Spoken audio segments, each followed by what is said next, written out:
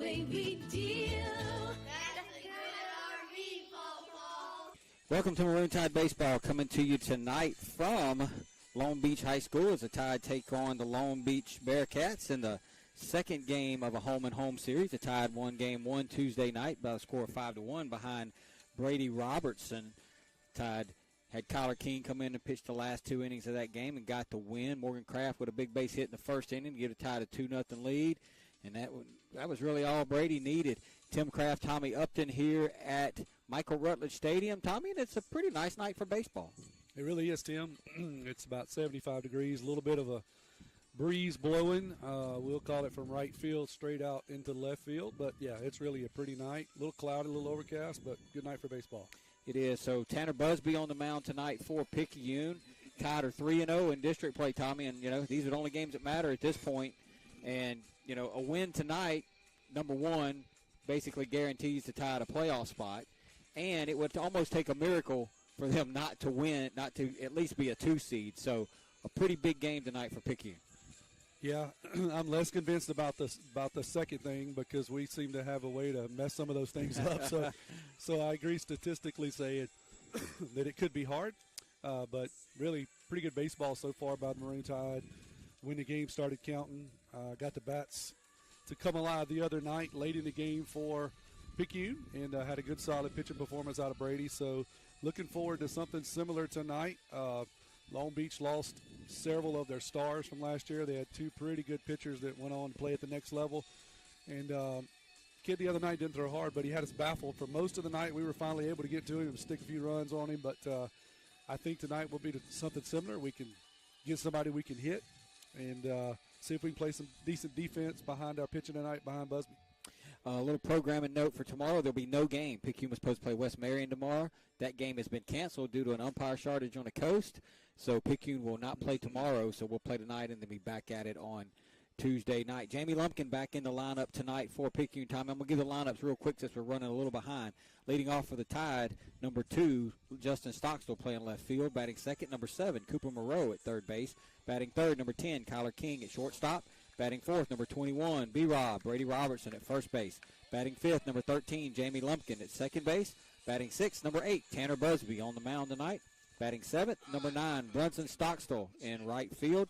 Batting eighth, number 15, Landon Watts is the catcher. Batting ninth, number 11, Parker Helton in center field. For Long Beach, leading off, number 12, Ashton Shapins in right field. Batting second, number 15, Nathan Kenworthy at third base. Batting third, number 2, Hunter Blackwell at catcher. Batting fourth, number 11, Wesley Watson in center field. Batting fifth, number 25, W.P. Bermudez at pitcher. Batting sixth, number 10, Jake Thomas at second base. Batting seventh, number 6, Luke Thomas at DH. Batting eighth, number 13, Will Brady at shortstop. Batting ninth, number 28, Brady Watts at first base. Aston Johnson will play left field, but he will not hit. So that's the way these two lineups line out tonight. Tommy, we'll take a quick break. When we come back, we'll be ready for baseball. We're running a little behind, Tommy. I had some technical difficulties, but I think we got it solved now. The technical difficulty was I forgot to load the game changer. It happens. Yep. We'll be back in about 3 minutes, and we'll be ready for baseball. You're listening to Maroon Tide on WRJW, 1320 AM and 106.9 FM. You can say goodbye to the guesswork. We make it easy as 1, 2, 3. When you come by Papa's Camper City for a trailer or RV, make a quick short drive to Picayune for a downright down-home feel. Great service, great price, now isn't that nice? You're gonna love the way we deal. Hey friends, Pawpaw's Campers in Picayune has several remaining new 2022 models left in stock with full factory warranty. Check out this new 2022 Rockwood 2514S. MSRP $49,797, reduced to only $29,987. Don't wait long, it'll soon be gone. Pawpaw's Campers, having fun, selling fun. Papa's Camper City in Picayune. Yeah, boy. Yes, sir. Yes, ma'am. You're gonna love the way we deal. That's a good RV, Pawpaw.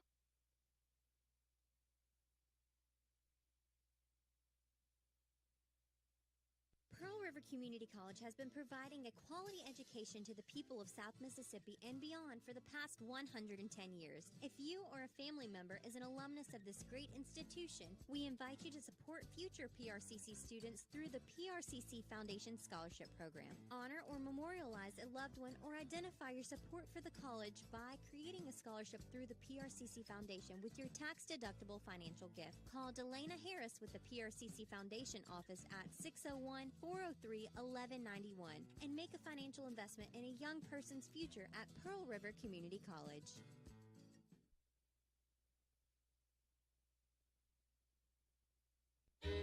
You can say goodbye to the guesswork. We make it easy as 1, 2, 3.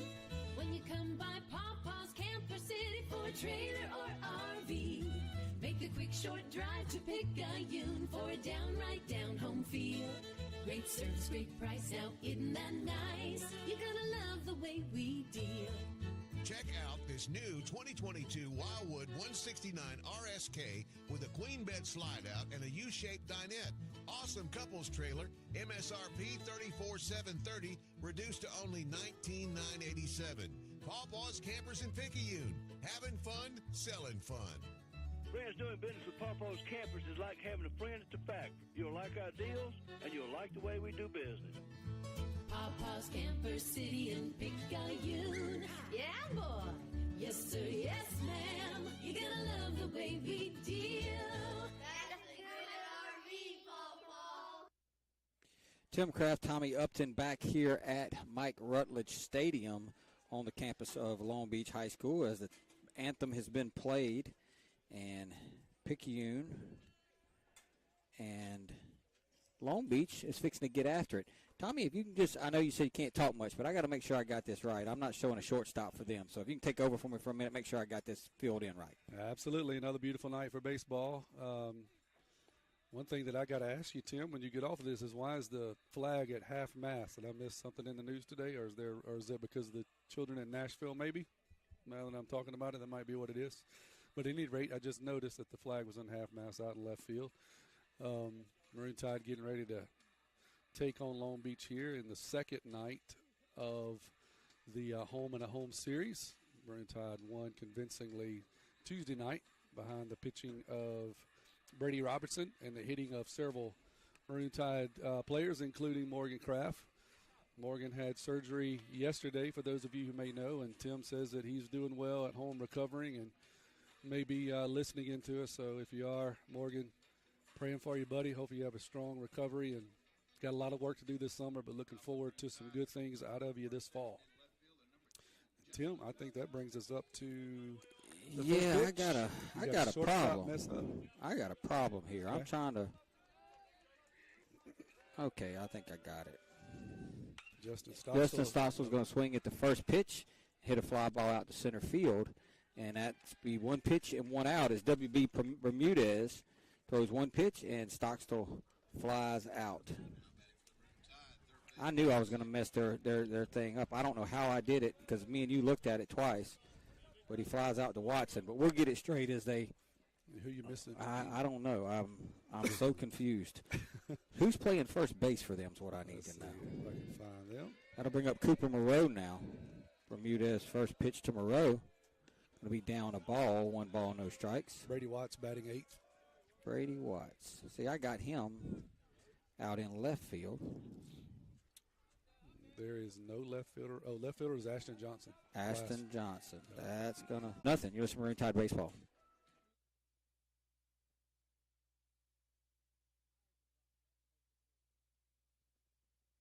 Our area is a great place to live with a quality of life that many would envy. People are friendly. It's a great place to raise a family. At FNB Picayune, we serve the credit needs of this area. The money to make the loans comes from your investments with us. In turn, we reinvest your money in the local economy to send kids to college, finance new businesses that create new jobs, build new homes, and much, much more. At FNB Picayune, your money is used to support our local needs. FNB Picayune, your hometown bank, member FDIC. Fight back against Parkinson's with Dodd Therapy Center. Dr. Jameson Dodd is certified in LSVT BIG, a specialized treatment program for Parkinson's disease and other neurological disorders. Improvements from LSVT BIG include faster walking with bigger steps, improved balance, and reduced risk for falling. If you or a loved one suffers from Parkinson's or other neurological disorders, it is time to fight back with Dodd Therapy Center. Give Dodd Therapy Center a call today at 769-242-2636 or visit Dodd Therapy Center at 405 Memorial Boulevard in Picayune.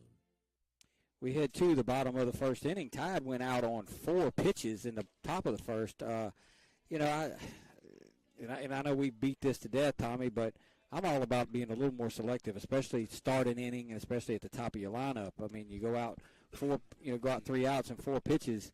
You don't even give yourself a chance to get any momentum. The pitcher has basically a free inning, and now you're out there on defense really quick. Yeah, it is unfortunate. Sometimes we kind of harp on them to hit fastballs. So they all did. They went out swinging at fastballs, but just didn't really have competitive swings, and that's what you hope to do, especially from the top of your lineup. So Tanner Busby on the mound for Picayune. Landon Watts is his catcher. Right side of the infield has Brady Robertson at first tonight. Jamie Lumpkin is at second base. Left side has Cooper Monroe at third. Kyler King at short. Parker Helton is in center. He is flanked in left by Justin Stockstill and in right by Brunson Stockstill. So a couple of Stockstills in the outfield for Picayune. Yep. And here's Busby's first pitch to Shapins, and that's going to be a called strike. The first pitch of every half inning brought to you by FNB Picayune, your hometown bank, hometown community spirit, hometown community pride, member FDIC. I think that top of the first lasted about 45 seconds. It was quick. That's a ball down, 1 ball, 1 strike. I got the food ordered for 9:30. If we end too quick, they're going to have to sit there and wait. Yeah, we might be out of here by 8:15 at this pace. Here's the 1-1. Couldn't quite get there last week, but good to see him back. He looked pretty good there, moving to his left, picking up the ball, flipping it over to Brady. Well, we really need Jamie now. We need his bat. We need his defense. We need his leadership. Got to have him at this point. Absolutely. Here's Kenworthy. A couple things we know about Kenworthy is he's got way more hair than you do, Tommy, and he's got a gun at third base. He certainly does. He came into pitch, and I think he throws harder from third base than he did from the mound. Here's the 1-0 from Busby to Kenworthy. Swing and a miss. 1 ball, 1 strike. Speaking of throwing hard, Tanner's looking good off the radar gun tonight. 86 is what he's kind of topping out at there early in the game. Here's Busby's 1-1 to Kenworthy. It's going to be down a ball, 2 balls, 1 strike. I went back and forth on wearing my jacket, Tommy, but I'm glad I did because I didn't wear it the other night, and I made a mistake. Yep. And I put it on tonight. Swing and a foul in the mitt of Watts. It'll be 2 balls and 2 strikes now. Yeah, it's just cool enough with a little bit of a breeze coming off the Gulf to make it right at jacket weather. The only thing I can figure on the flag, Tommy, is, what happened in Nashville. Yeah, yep, there was a base hit up the middle. Kenworthy went down. Pretty good pitch from Busby, I thought. He just hit it right back up the middle, and that'll be a 1-out single. Yeah, he did. He went down on one knee in the front knee. Got a good pitch. Did something with it. Hit it right back up the middle. That should be Hunter Blackwell. Long Beach, I'm not going to say they're playing for their playoff lives tonight because 3 teams do make the playoffs. So, Long Beach off to an 0-3 start, but so is West Harrison, and they play head-to-head next week. But, if Long Beach has any thought process of at least getting the 2 seed, they have to beat Picayune tonight. There's a swing and a foul ball back, no balls, 1 strike. A win by the Tide tonight would basically give them the tiebreaker over Long Beach and West Harrison, and Picayune would already have 4 district wins, which would mean for one of those teams to leapfrog Picayune, they would have to get to 5, and with only 5 left, that'd be very difficult to do. But we've seen some crazy stuff with Picayune baseball. That's going to be upstairs a ball, 1 ball, 1 strike. Best thing for us to do is take care of business tonight, and then all that nonsense kind of goes out the window. Win tonight, you're probably 75%, 80% lock of getting at least a 2 seed. Then, win tonight, you win 1 more game, you got it for sure. And then you set your sights on the 1 seed after tonight. Here's the 1-1 pitch to Blackwell. And that's a ball. I think Watts came up too quick on that. I didn't get an umpire a chance to look at it. It might have been a ball anyway. But Watts came up so quickly that I don't think the umpire saw it very well. Yeah, he was looking to make a throw down to first, and you're right, he kind of stood up, maybe blocked the umpire. Umpire's a little vertically challenged. And so probably didn't get a good look at it. It's borderline. Don't know if you'd have got it or not. But you're not going to get it when your catcher pops up like that. Yeah, we didn't get it, put it that way. 2 balls, 1 strike to Blackwell. What wind there is blowing from right to left. Here's the 2-1. Swinging a foul back. 2 balls and 2 strikes. Nice fastball there. So the one thing, I'm sorry, Tommy. The one thing that we see about Picayune pitchers that I would like to see less of is we just seem to pile up a pitch count. You know, that guy comes out and throws 4 pitches and they're in the dugout. Tanner is now on pitch number 15. Yeah, with 1 out.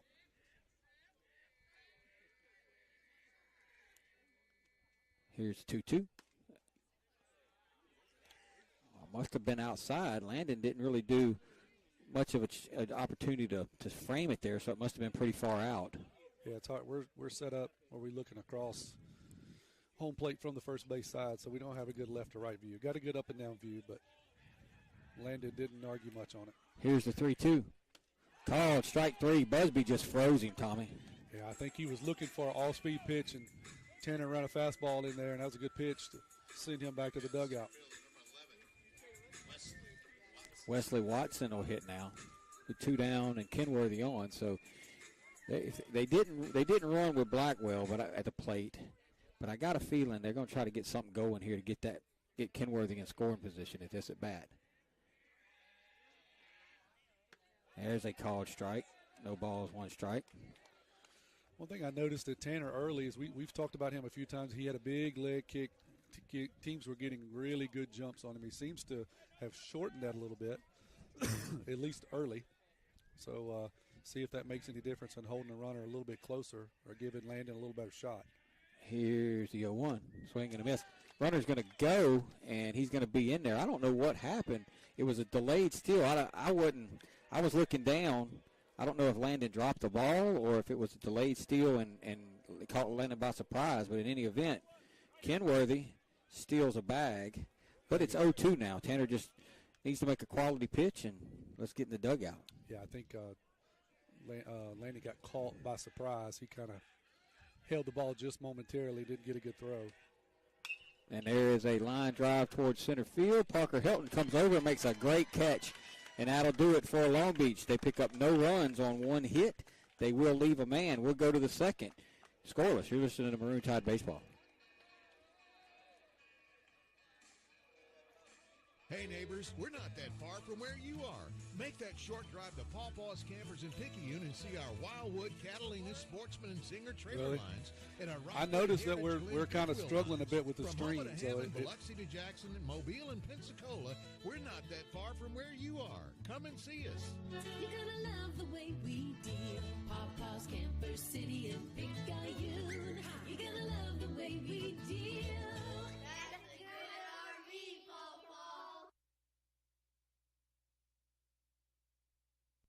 Dr. Hermaine Almonte, Chair of Surgery and Trauma Medical Director, Highland Community Hospital. Over the last 10 years, the Highland Surgery Department have grown exponentially.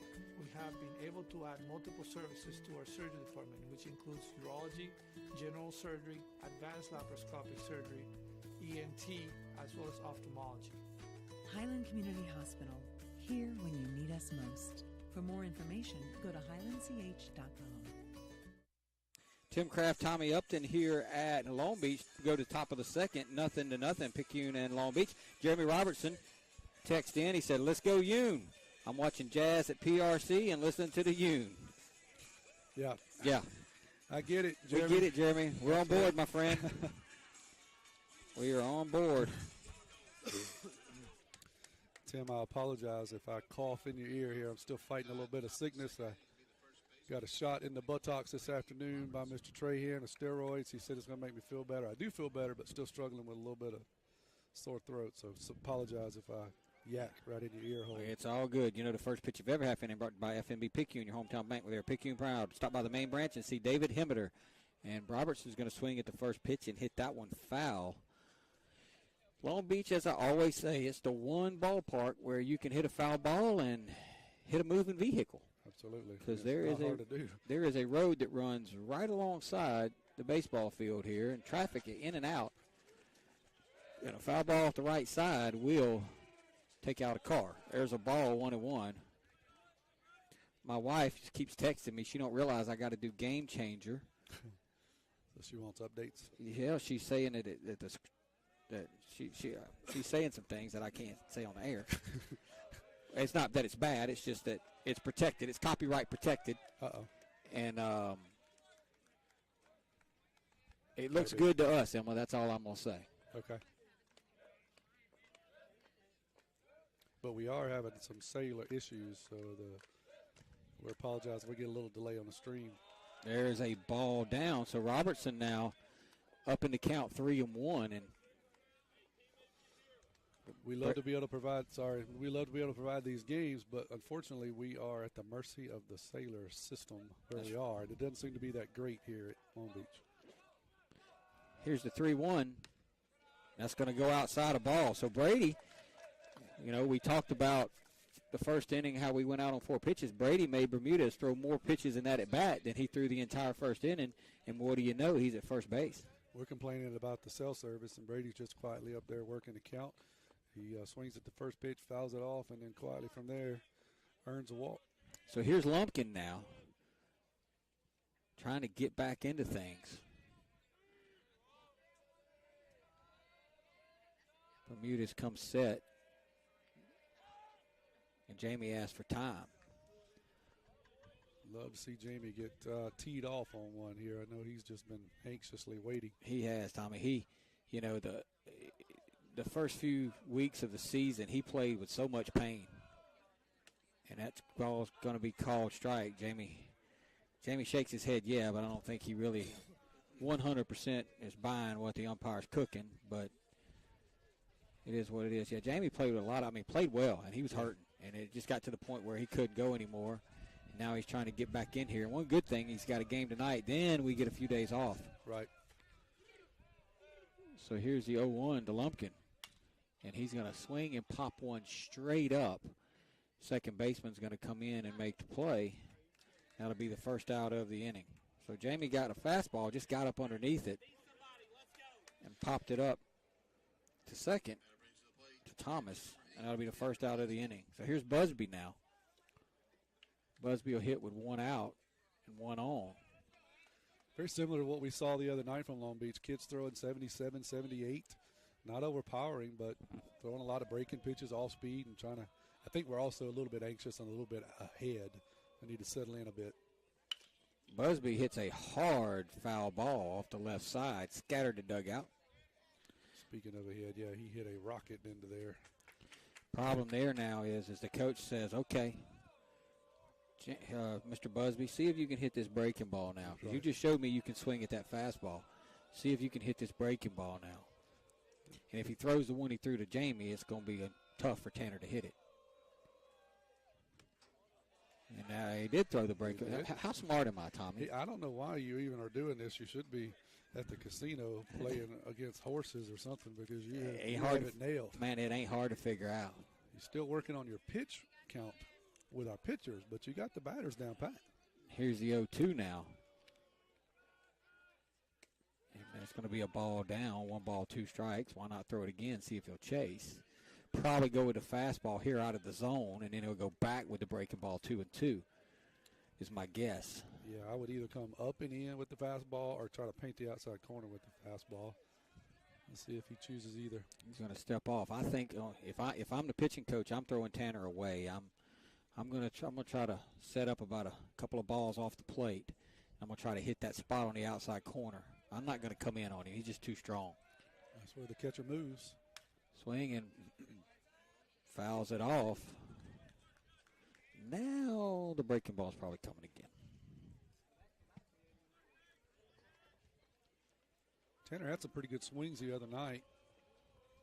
I think the key is, like you said, where you pitch him. If you try to pitch him inside, big, strong kid, he can get around on it. If you live outside, he has trouble. Here's the 1-2. Swinging a line drive, base hit.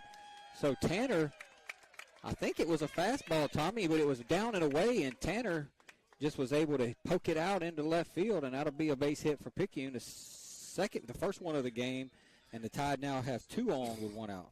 Yeah, you're exactly right, Timmy. Tried to go outside with the fastball, but just left too much of the plate. Tanner was kind of able to lean out there. Didn't hit it really hard, but strong enough to just hit it with his wrist and get it through by the shortstop. And that'll put runners at first and second. I think we've got a pinch runner over there, a courtesy runner, I should say. Is that Bailey? Is that who that is? Yeah, but now the umpire's saying he's got to run.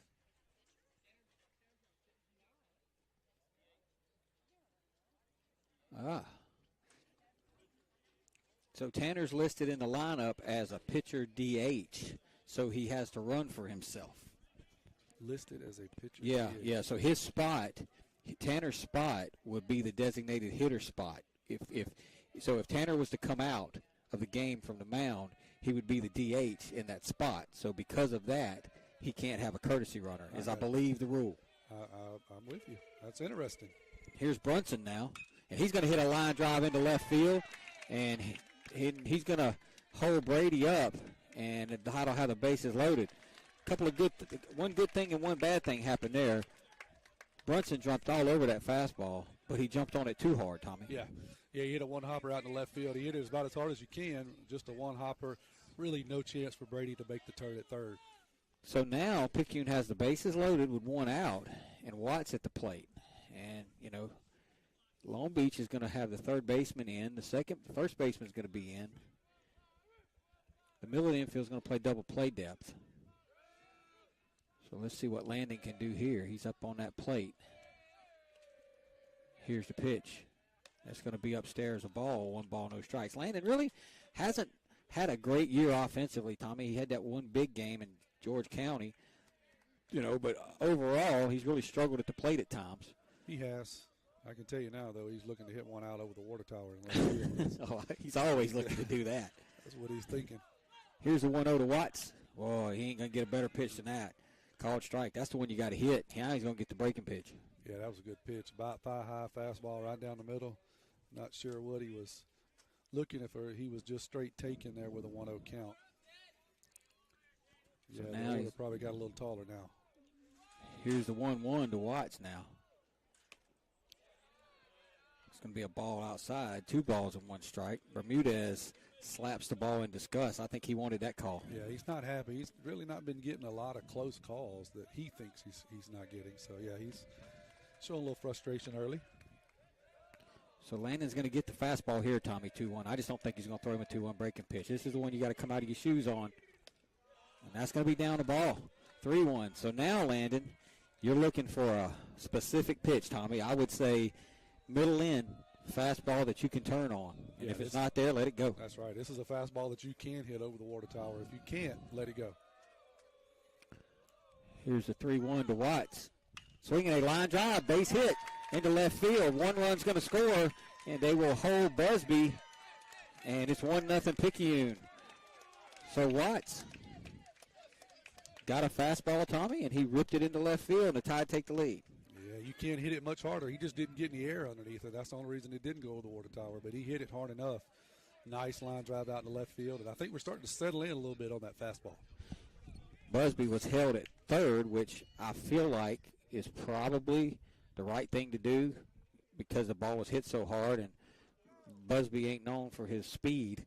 However, the throw home wasn't very good, so he probably would have scored, but, I mean, that's the kind of stuff you just can't. You can't foresee. I can foresee pitches. I can't foresee that kind of stuff. Well, he's still working on that part. Yeah, we're working on that part of your it. gift. I get it. I think that's the right call by Coach E down there. You not a fast player. Don't want to run yourself out of an inning. Right. Got the bases loaded. Got the top of your order here. About to come up. So here's Helton now. He'll hit with the bases loaded. Robert Bailey's running for Watts, by the way. Here's Helton. Swing and a miss. Took a little off right there. No balls, 1 strike. I talked to Parker a little bit after the game the other night. I told him what you and I had talked about. I said, Parker, it looks like your defensive swing every time. Get out there and hack. Get out there and let it fly. That's right. Try to hit one over the water tower. Absolutely. Now their shortstop, who was playing behind Brunson at second base, is now going to play up. So they're all huddled around the anything hit hard on the ground's got a chance to get through here. Here's the 0-1 to Helton. swinging a chopper towards first base. That's going to be out at the plate as Hilton is not able to get the job done. He just hits a chopper to first base, and that'll be a fielder's choice from 3-2. Almost pulled the catcher off the back. Yeah, it was exactly what they wanted. They came in looking for a Sunday hopper. They got it to first. Had plenty of time. He just rushed the throw, threw it high. Good job by the senior catcher to stretch out and get the out at home. So we're back to the top now with Justin Stockstill. The bases are still loaded. Boy, you'd like to see the Tide stretch one more across here. Justin swung at the first pitch he saw back in the first inning and flew out to right to center field. Here he takes a called strike. No balls on one strike. Tide have managed to put 3 hits together in this inning. However, just put one man across the pay station. A 2-spot would be nice. Absolutely. Here's the 0-1 to Justin. Swinging a foul off the left side, and it'll be 0-2 now. Picayune is in their gray tops and bottoms with the maroon pinstripes, and Long Beach is in their white with the maroon pinstripes. And Justin will now get serious with 2 strikes. He doesn't really pay attention until he gets down 2. That's right. He's got to be 0-2 down before he gets rolling. Boy, if he could hit something down that left field line, Tommy. He'd go for a while. Here's the 0-2 to Justin. Oh, and he's going to take a called strike 3. Not sure what he was looking for, but it wasn't that. And Picayune leaves the bases loaded, and all said and done, pretty good job by Long Beach. Picayune gets 1 run on 3 hits. They're going to leave 3. We head 2.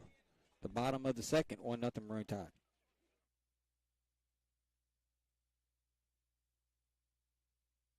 Craving a breakfast toaster or French toast sticks? Make it a meal and step up your breakfast with tots and a cold beverage. Sonic Drive-In has the perfect portable breakfast, and it's the perfect way to start your day. And at Sonic Drive-In in Picayune, you can stop by anytime because breakfast is served all day. Sonic Drive-In of Picayune on Highway 11 just north of Highway 43 North. Start your day Sonic style with happy eating at its best. That's what you get at Sonic Drive-In of Picayune. Destination delicious.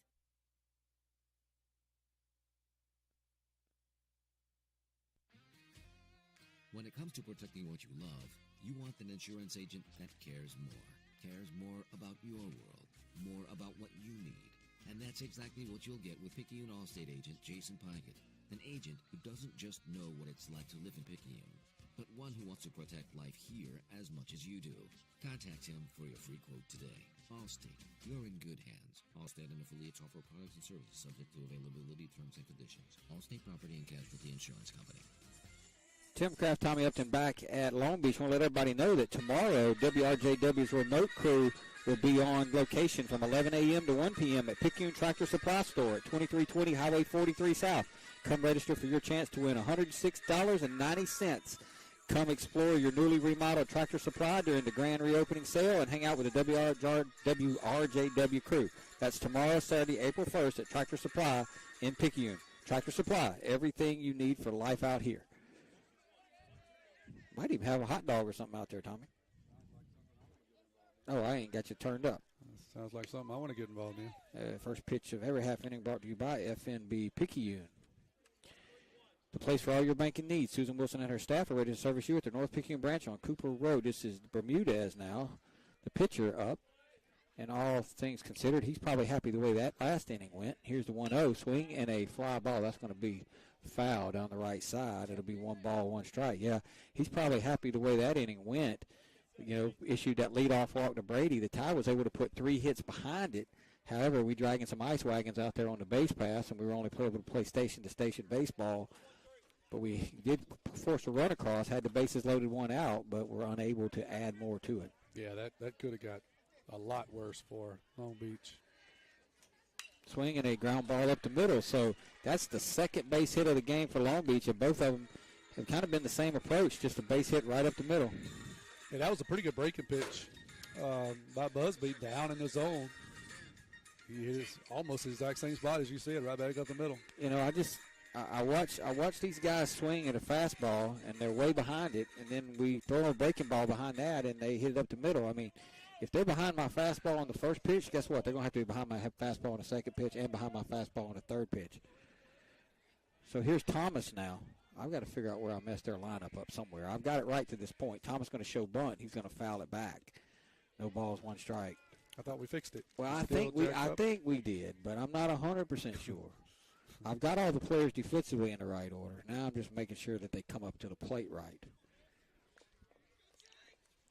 1 run, 3 hits, no errors for Picayune. No runs, 2 hits, no errors for Long Beach. Here's a play here in a second, and there's going to be a bunt. Got to pick it up foul, Brady picks it up foul. No balls and 2 strikes now to Thomas.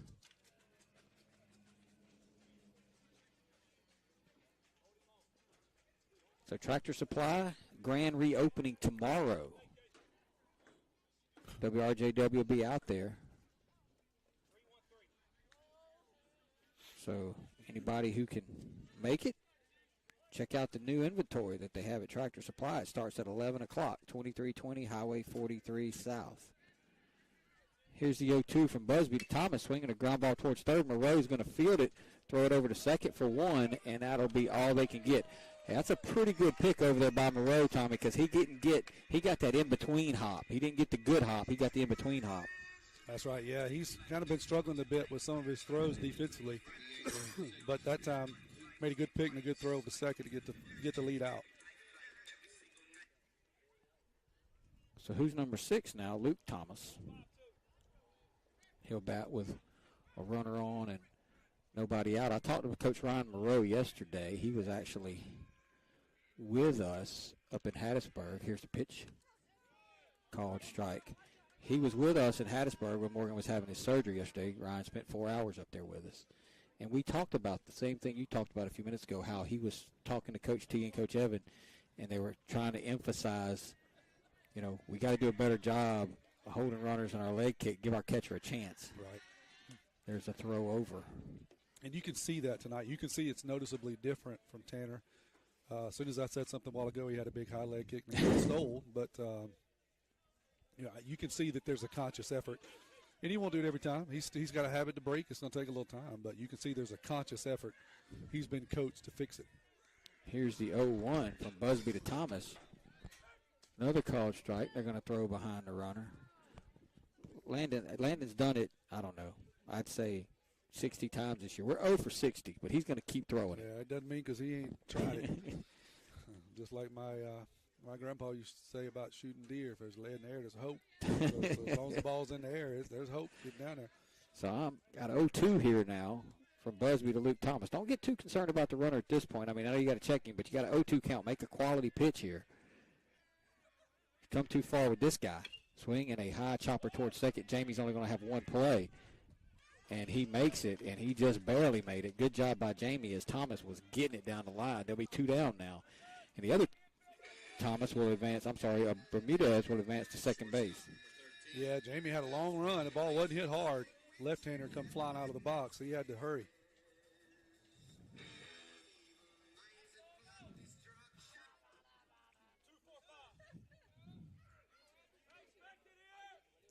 I have got this jacked up. I got to fix it real quick. Okay, got it now. There is a ground ball base hit into left field. Justin Stotts was going to field it. There's going to be a throw home. No, there's not. Yeah, there is. And he is out at the plate. What a relay by Picayune. It went from Justin Stockstill to Cooper Moreau, I believe, Tommy, to Landon Watts to cut the runner down at the plate. And that'll do it for Long Beach. We'll head to the top of the third, tied on top, 1-0.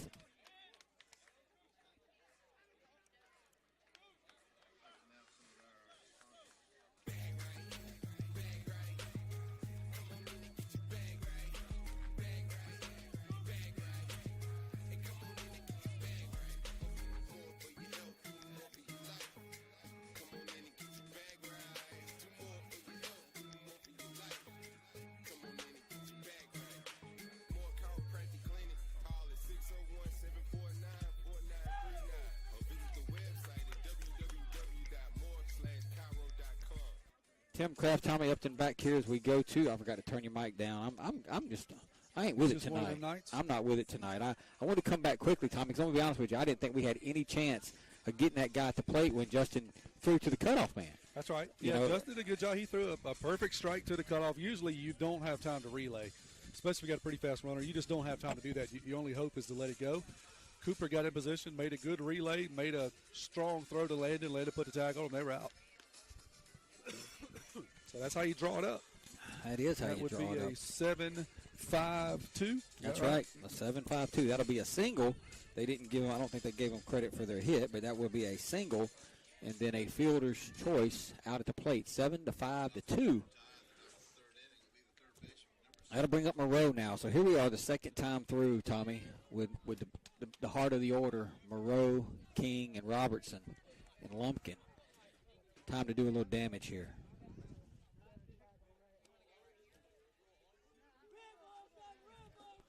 Here's the pitch to Moreau. That's going to be down a ball. The first pitch of every half inning brought to you by FNB Picayune. Where they are Picayune proud. Stop by the Rain Branch and see Mr. David Hemmeter. Margaret Bourgeois is listening from field 17 at Friendship Park. It's been a few nights there, me and you have. Many a night. There's a swing and a miss by Moreau. He was fooled on that breaking pitch. Yeah, he was fooled on that one. Not a bad pitch down. Cooper's kind of been struggling a bit. It's about time for him to break out of this. Hit a home run a few weeks ago, but after that, he's kind of cooled off a bit. I know he had a big hit last week. Oh, he takes one there, 1 ball, 2 strikes. Well, the offense has been sporadic for Picayune. We've had trouble scoring runs in games, and then it seems like here recently when we have scored, we've kind of got them in bunches in maybe one inning where we were quiet for the rest of the game. Which that's okay when you got when the guys have been pitching like they've been pitching, because the first 3 varsity games we've only given up 3 total runs, and I'm not even sure any of those were earned. 2 balls, 2 strikes now from Bermudez to Moreau. Yeah, pitching's been outstanding so far. Swing, and Cooper hits that one, drives that one towards left field, but the left fielder's going to go back and make the play. Ooh. I thought that ball was going to get a little further. It just like it died up there. Yeah, it got a little wind blowing kind of crossways there from right to left.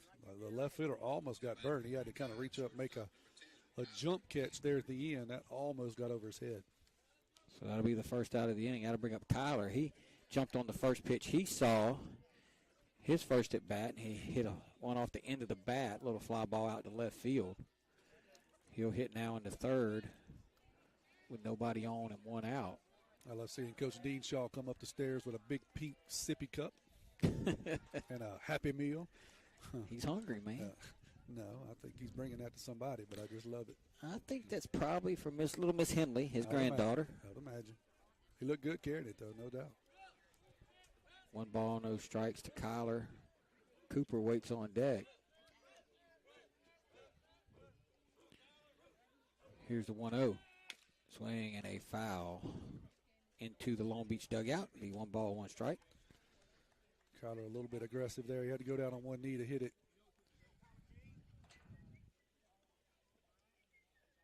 New look, Long Beach Field. They put in some brand new bleachers here.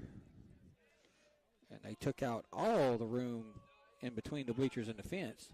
It's going to be a ball down. Tommy and I could just pull up to this little brick wall right here, and we were good, but it ain't possible no more. Yep. Everybody walking around us. We got fool around here and get touched. 2 balls, 1 strike. I just don't like getting in the other team's press box. Well, that's a good pitch, 2-1. You don't expect a breaking ball. 2-1. That's a good pitch. That's about a 50-mile-an-hour one, too. I think it caught Kyler off guard. Here's the 2-2 now. From Bermudez to King. That's going to be down a ball. 3 balls, 2 strikes. Hey, Tyler, I see Tyler text me. He had his buddy ball game tonight, Tim. He hit 5 home runs. 5 home runs. That's a pretty good night for the kid. We ought to put him. We ought to put him in our lineup. I guarantee you, he can hit them now. 3 with his leg propped up. Want to let everybody know he had his surgery yesterday. Meniscus was pretty jacked up. ACL was completely gone. Quad was shot. Calf was shot. The fact that he was able to play as long as he could was a miracle. Other than that, it looked normal, though. Yeah, other than that, it looked normal. they're going to throw over at Kyler again, he'll be back. But, I just, he wonders about what I think about him sometimes, but, can't express how proud of him I am by the way he played, for those 12 games, hurt like that, and especially Tuesday night because he was in a lot of pain Tuesday night. I mean, a lot of pain. You could tell that he was struggling. You could tell he was doing everything that he could to give it up for it. Knew it was going to be his last game. Heart-wrenching. There's a called strike to B-Rob. No balls, one strike. But yeah, that's a huge loss for Maroon Tide. Not only defensively, offensively, an emotional leader in the dugout. So a huge loss. I know he wants to be here, and he would probably be dragging his leg behind him if he could. But Morgan, you heal up. We'll be looking for you later. If he is here, he'd be at the plate right now in the 3-hole. But B-Rob has taken that spot. No, I'm sorry. It'd be the 4-hole. B-Rob, he would be in the 4-hole. He'd be at the plate right now. But, yeah, man, we love you. Morgan, I love you. I hate what happened to you. But the good news is all these boys that you're playing with right now, they're all coming back next year, with the exception of Peyton Wells. So we'll get another run at it. There we go. Here's the 0-1 to B-Rob, and he hits one towards the gap out in left. That ball keeps carrying, Tommy, and it's going to get up against the wall. Here comes Kyler. He's going to round third, and he's going to be safe. That ball just kept traveling, Tommy. When Brady first hit it, I wasn't sure that I thought it was going to kind of hang up like Cooper's ball did, but the left fielder just kept humping it. Yeah. Next thing you know, it bounces up against the wall. Yeah, it was off the bottom of the wall. I'm with you. I thought it was kind of routine when he hit it, but it just kept going. Muscle through the wind, bounces off the bottom of the fence for a stand-up double, and drives in Kyler from first. That'll make Uncle Jeremy happy. It will. Brady's the darndest hitter I've ever seen. I mean, I'm just going to be honest with you, and everybody's listening in, and I'm not in any way making fun of Brady. He's just the darndest hitter I've ever seen. He'll look completely out of sync, and then the next pitch he'll drive it into the gap. That's I mean, right. Like he got completely baffled and just swatted at it, and then he'll bow up and hit one like that off the bottom of the wall on a line drive. Yeah. But you know what that is? I'm going to tell you what I think it is.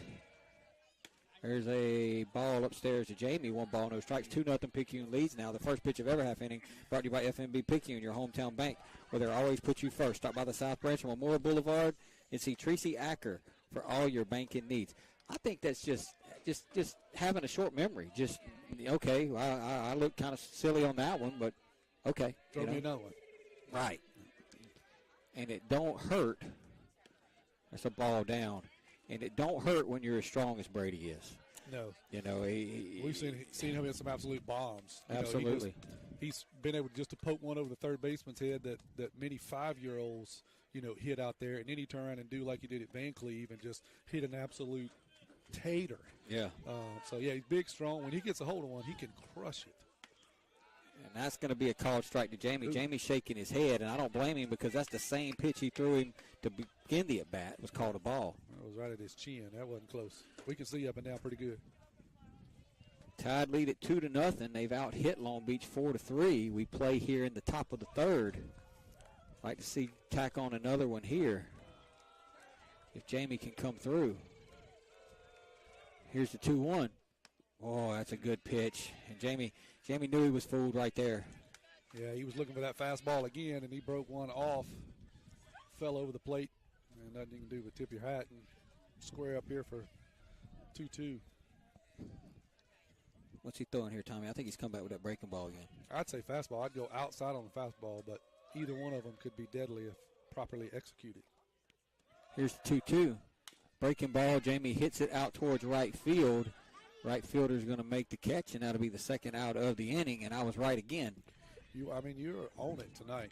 Well, Bermudez is not going to throw a 3-2 breaking ball. He just hasn't done it yet. So he's going to try to get you out on a breaking ball with a 2-2 count. If he gets 1-2 with you, he's going to dangle that fastball out of the zone. Then 2-2, he's going to come out with a breaking ball. He's done it every single time. Okay. Jamie flies out.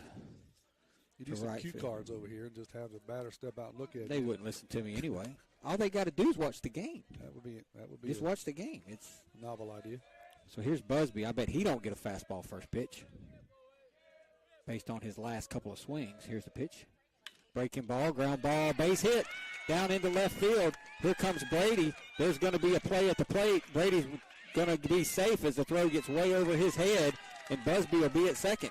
Tommy, I called it again. I said he wasn't going to get a fastball. He got a breaking ball, and Tanner hits it down the line for an RBI single. He did. He smoked it down the line. Absolute smoke. Caught the third baseman off the line a little bit, hits it by him. Brady was switching gears coming around third. He was pulling that ice bag is what he was doing. Doing all he could do. he had diesel smoke coming out of his ears. It was, as the young kids say, he was rolling coal coming around third. But the the throw from left field was high and he over the catcher, so it allows him to score. Tanner gets into second on the throw, so now Tanner's at second with 2 outs. And here's Brunson, and Brunson had a good swing his first at bat. He did.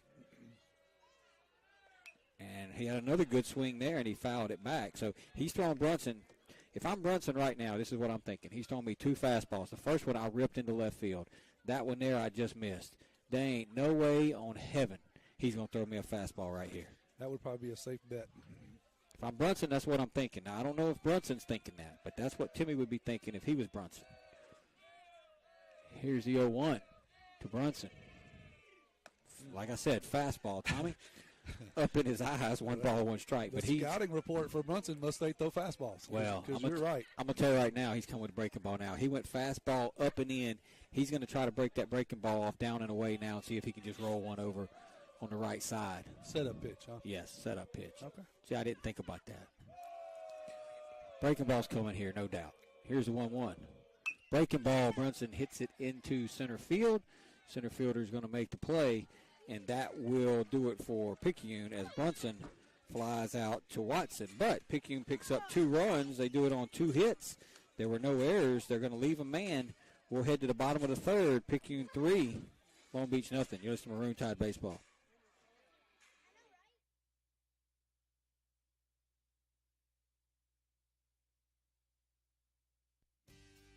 First Place Express Car Wash in Picayune would like to say a huge thank you to their loyal customers.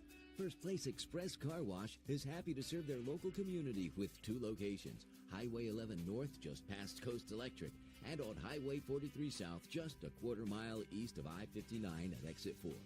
First Place Express Car Wash is locally owned and operated. You know they'll treat you right. Choose from any one of their car washes.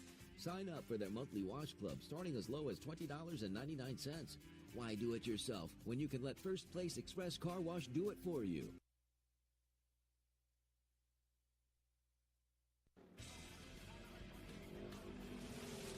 Pit Lane Oil Change in Picayune is your personal pit crew. When you need an oil change, take it to the professionals who will make sure your oil change is done right with quality oils from Pennzoil, Castrol, Mobil 1, and Rotella by Shell. At Pit Lane Oil Change, it's not just an oil change. We inspect under the hood to make sure all your fluid levels are where they should be, and those belts are in good working order. Our Pit Lane crew ensures those air filters are not clogged up and hurting your engine's performance. We'll also vacuum the inside of your vehicle. At Pit Lane Oil Change, our crew also inspects your wipers, all your bulbs to make sure those brake lights and turn lights are working correctly, and we put all your tires at the right pressure. Why just get an oil change when your vehicle can get the pampered professional service that only the Pit Lane Oil Change crew can deliver? We're at 401 Highway 11 North, just 3 blocks north of East Canal, right by the railroad tracks. No need for an appointment, but if you are on a schedule, call us at 601-798-0017. Pit Lane Oil Change, your personal pit crew. We go to the bottom of the third, tied on top 3-0 in the first pitch of every half-inning brought to you by FNB Picayune, your hometown bank, where the customer is always first. Go by and see Chantel Thady on West Canal for all your banking needs. And I actually saw Chantel Thady yesterday when I went in there. Spoke to her for a little while. She asked about your Morgan, believe it or not. Everybody asks me, everywhere I've gone, they've asked me about him the last couple of days. There is a ball to Brady Watts. 1 ball, no strikes. Brady Watts, no relation to Brady Robertson or Landon Watts. That we know of. That we know of. It is South Mississippi. Here's the 1-0. Swing and a line drive foul off the right side. It'll be 1 ball and 1 strike. So no game tomorrow as the tide will be off. Be back in action at the Kirk Tuesday night against Pearl River Central. And then we'll return the favor on Friday night. I believe Friday night. Yes, that's correct. Ball down. They going to play on Good Friday? That's what they said. It was on the schedule. Okay, we'll play Pearl River Central Friday night. And then the tide will be off for the Easter break. And at that point, there'll only be a couple of weeks left in the regular season, Tom. Here's the 2-1. Swing and a miss. Busby had a little juice on that one. Yeah, he's running it up there pretty good, mid to upper 80s tonight. I would say that based on his performance, arm feels good. I hope Coach Nicholson doesn't call a breaking ball here. He's throwing 2 fastballs right by him. Let's just go get him. He did, but didn't get the call. Maybe down a little bit. 3 balls, 2 strikes now. Don't want to walk the leadoff guy. You got a 3-run lead. You want to just get 3 outs and get back in the dugout. Here's the 3-2. And he walked him. Boy, that's the one thing, Tom. Yep, he was ahead. Really didn't try to play around. He tried to go after him. Just 2 fastballs just off the plate. Didn't get either call. That's what you don't want to do. After you put up a couple of runs, you want to get right back in the dugout as quickly as you can. Right, and you got a team that's 0-3 in district play, and you jump on them 3-0, you get back to the dugout quick. You know, that doubt starts to creep in their mind. That's right. You know, demoralize them. That's right. You know, you don't want to do anything to keep them in the game. So let's see. We're back to the top with Shapins. Swing and a miss, and he is the best hitter in their lineup. He couldn't catch up with that fastball up around his chest. No balls. Nothing he could do with it. No balls and 1 strike. It's a big hitter in the game. If Busby can retire him, life will be a lot easier for the Tide. That's a call strike. Still got that 36-year-old catcher coming up here in just a second, though. He's always a threat. Yeah, he has been catching for them forever, got the full beard going. Yeah, no doubt about it. And he's always seemed to have some pretty key hits against us, although he was quiet the other night. Here's the 0-2 now from Busby to Shapins. Swing and a miss. So Busby took care of him on 3 pitches. Great job right there by Brady Robertson. Landon Watts tried for the 67th time to throw behind somebody. And the base is, 90 feet? Tommy, he threw that one, about 87? Yep. And a good job by Brady That's just exactly. to knock that ball down. So Landon's struggling to figure out exactly when he should throw, so he's making up with it with quantity. Yeah, that's exactly right. Figure out throw every time. Overwhelm him with numbers. So here's Kenworthy now with 1 out. Here's the pitch. Swing and a foul off the right side. No balls and 1 strike. So anyway, we're talking about trying to finish my thought on Morgan. You know, a heck of a season. You know, kid hit 383 on 1 leg. The injury was a lot worse than what we thought it was.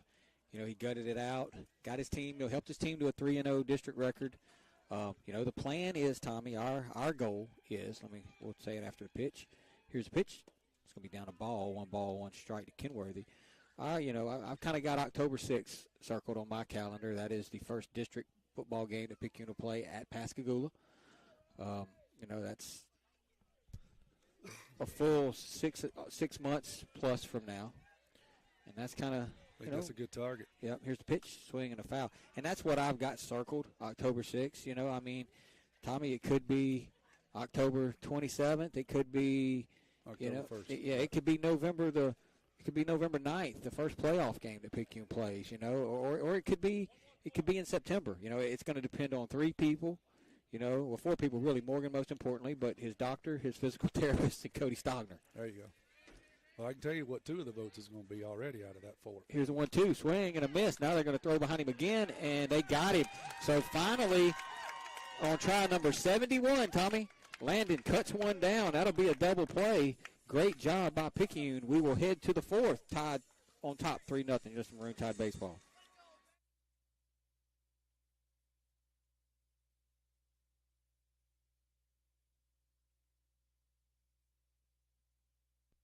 When it comes to your vision, you can never be too careful. Dr. Lori Blackmer and Dr. Mark Hotzo at Picayune Eye Clinic will ensure you to get the professional service they have been known for the past 30 years. The goal of Picayune Eye Clinic is to help you have perfect vision and to be able to see the things you've been missing. Picayune Eye Clinic takes most insurances. Give them a call today at 601-798-4182 so you can begin to see things more clearly. Picayune Eye Clinic. You will see the difference.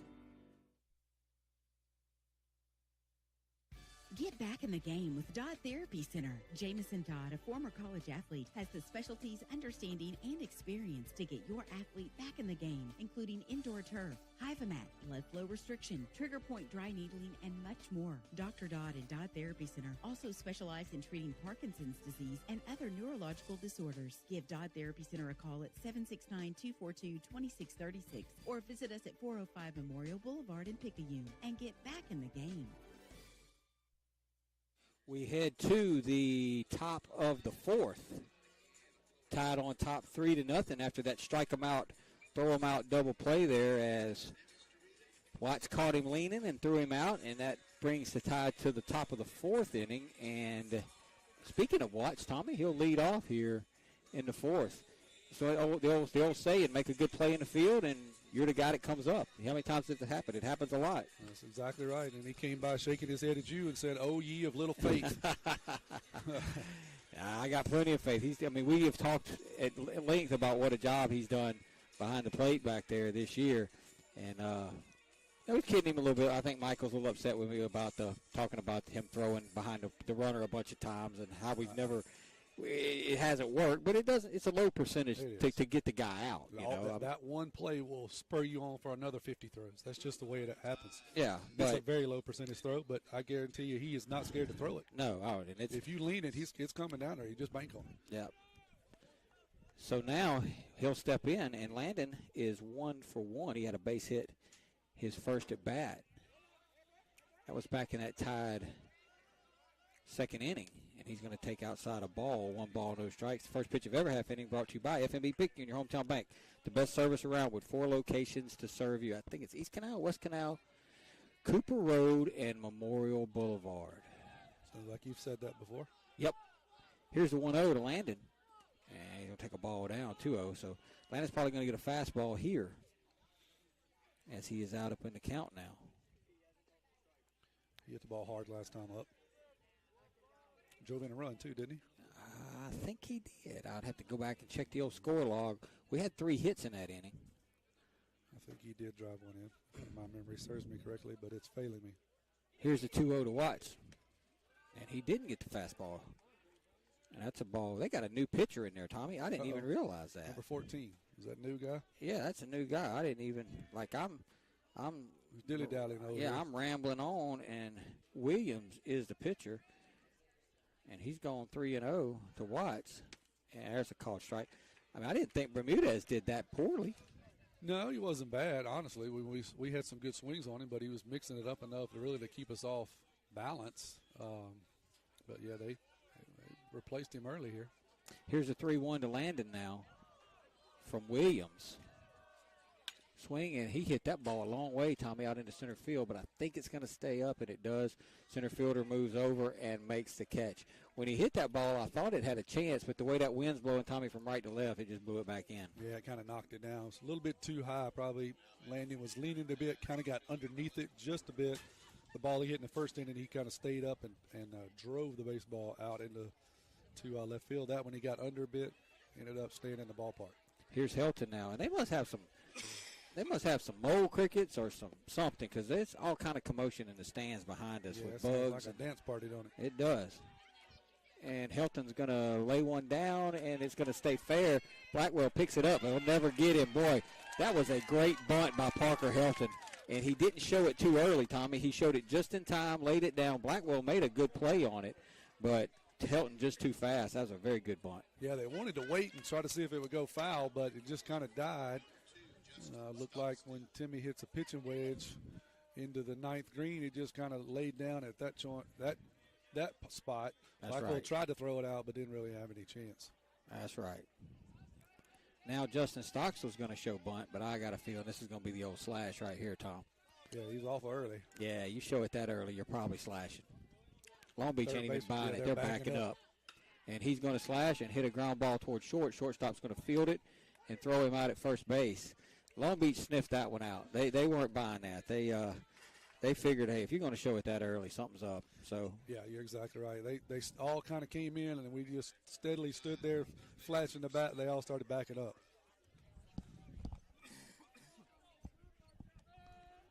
But Helton moves up to second on the play.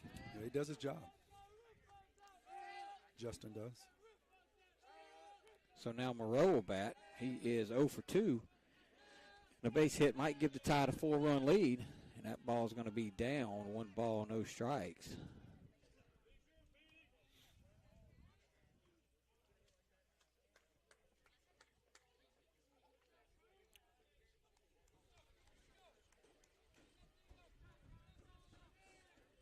Moreau back up in there.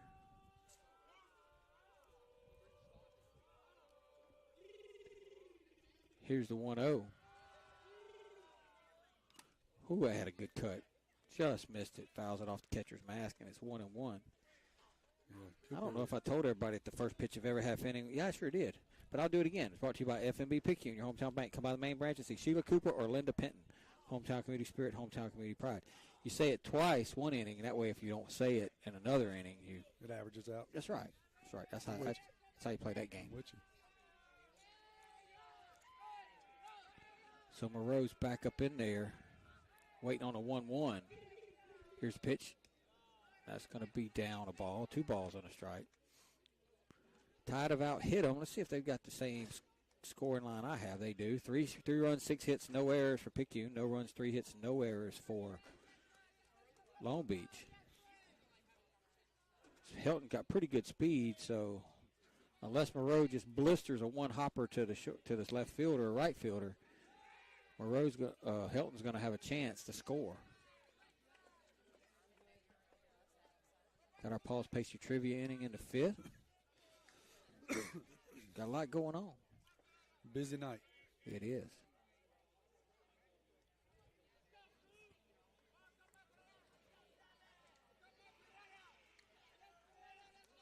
Two balls, 1 strike. Williams comes set. Here's the pitch to Moreau, and that's going to be outside a ball. 3 balls and 1 strike. So what do you do here if you're Long Beach? First base is open. Do you give in to Moreau and throw a 3-1 fastball? Or do you nibble, and if he doesn't bite, if I'm them, take your chances with Kyler? I go after Cooper, and that way you don't have to face Kyler with 2 men on. Williams 3-1 to Moreau. Oh, that's a good pitch. That's a good pitch. That's around the knees. Nothing really Cooper could do with that one, just tip his cap and say, that's a pretty good pitch right there, dude. See if he can do it again. Right, that's it. Do it again. Helton's at second. 2 down. Here's a 3-2. And he's going to foul it over their hitting facility on the left side, and it'll stay 3-2. So caught off. Sorry. I was going to give the line on Bermudez since he's no longer in the game. He went 3 innings, 5 hits, 3 earned runs, walked 2, struck out 1. Not a great line, but it was fairly effective, we thought. All I can figure is they didn't want Picayune to go through the 3rd time with him. Yeah, I do believe we were seeing him better. Here's the 3-2 to Moreau. Swinging a line drive. That's going to be a base hit into right field. Here comes Helton, and he's going to score easily. So Moreau with a 2-out single, and he got on top of that ball, Tommy, and he hit it, put a lot of top spin on it, and it didn't get out there to Shapins as quick as Shapins would have liked, and it allowed Helton to come around to score, and Picayune now leads it 4-0. And that's also the advantage of having 2 outs is you're not checking up. Crack of the bat, you're gone. And that's exactly what Parker does. Cooper does a good job. He got a pitch that he could hit, come around on it, and drives it into right field. Here's King now. Kyler's 0 for 1. He flew out and walked. He'll hit here with 2 outs. And Moreau at first base, and he hits an absolute missile to center field, but right at the center fielder, Watson. And that'll do it for the Tide as they are retired here in the top of the 4th inning, but not before they pick up 1 run. They do it on 2 hits, no errors. They'll leave 1. We go to the bottom of the 4th. 4-0 good guys. Here's some Maroon Tide baseball.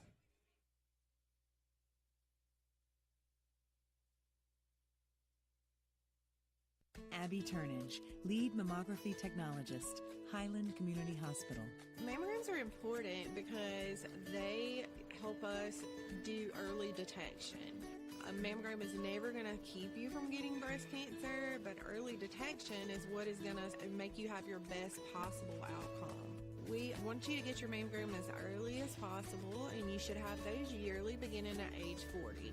Highland Community Hospital, here when you need us most.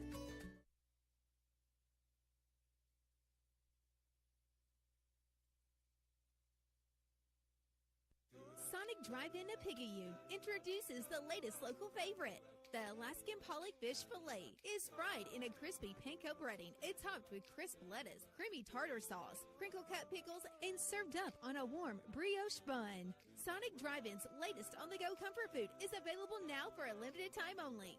Only at Sonic Drive-In in Picayune on Highway 11 just north of Highway 43 North. Happy eating at its best. That's what you get at Sonic Drive-In of Picayune. So, Tommy, we go to the bottom of the fourth, tied on top 4-0. Got an update from Carrie Metzler from West Harrison. Pearl Central leads West Harrison 2-1 after 3 innings of play. Picayune on top. 2-1, you said? 2-1, yep. Tied up here on top 4-0. And our guy, Mr. Blackwell, is going to lead it off against Busby in the first pitch of every half inning, brought to you by FNB Picayune, your hometown bank. Come by the main bank and see one of our friendly loan officers, Keith Robinson, Colin Thompson, Judy Lowry, Audrey Spears, David Levy, Christina Ladner, Amy Kirkland. Hometown community spirit, hometown community pride. And that first pitch is a ball to Mr. Blackwell. 1 ball and no strikes. And we got a piece of land, and it was about a 59-footer that caught him on that left shoulder. Swing and a miss. That always feels good. Yeah, it's not pleasant. 1 ball, 1 strike. Catcher can remember when that happened to him back when he was 17, 18 years old. Blackwell. Here's the 1-1 pitch, and he hits that ball hard, and it was a breaking ball, and it was elevated, and that'll be a single.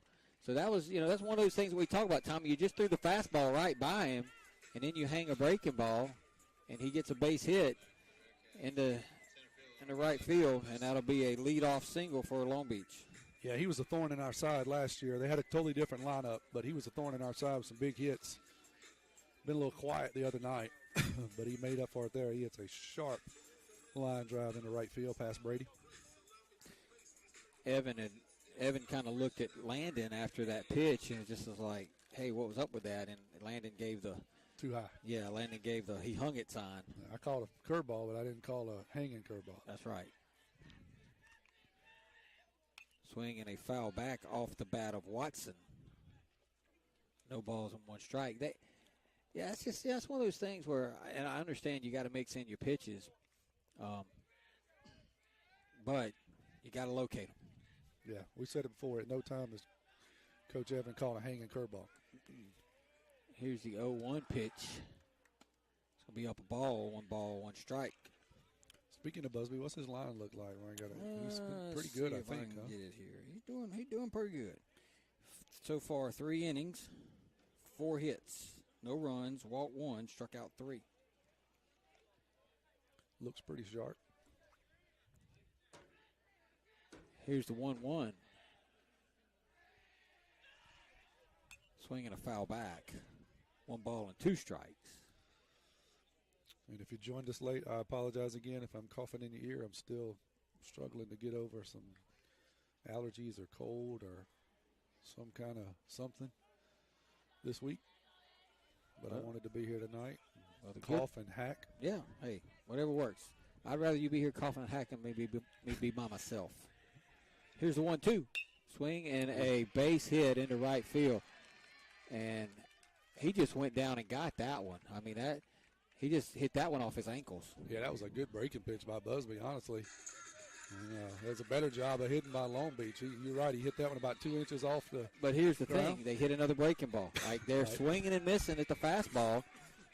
They've swung and missed at every fastball Tanner's thrown up there this inning.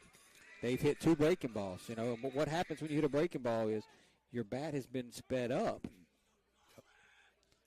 by the off-speed pitch. That's right.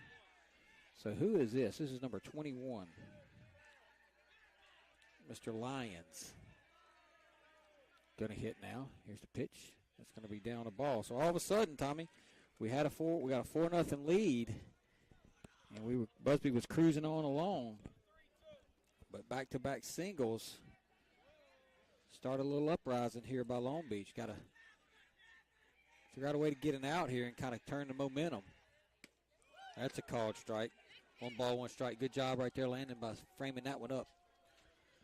Yeah, he wanted an outside fastball, and that's exactly where Busby put it, about knee high. That's extremely difficult to do anything with out there if you're a hitter. Keep throwing it.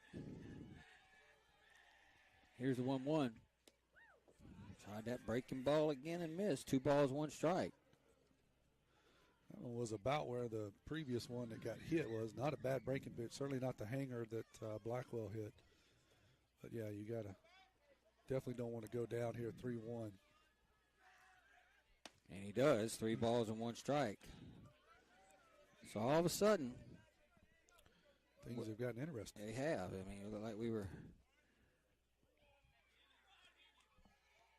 in command.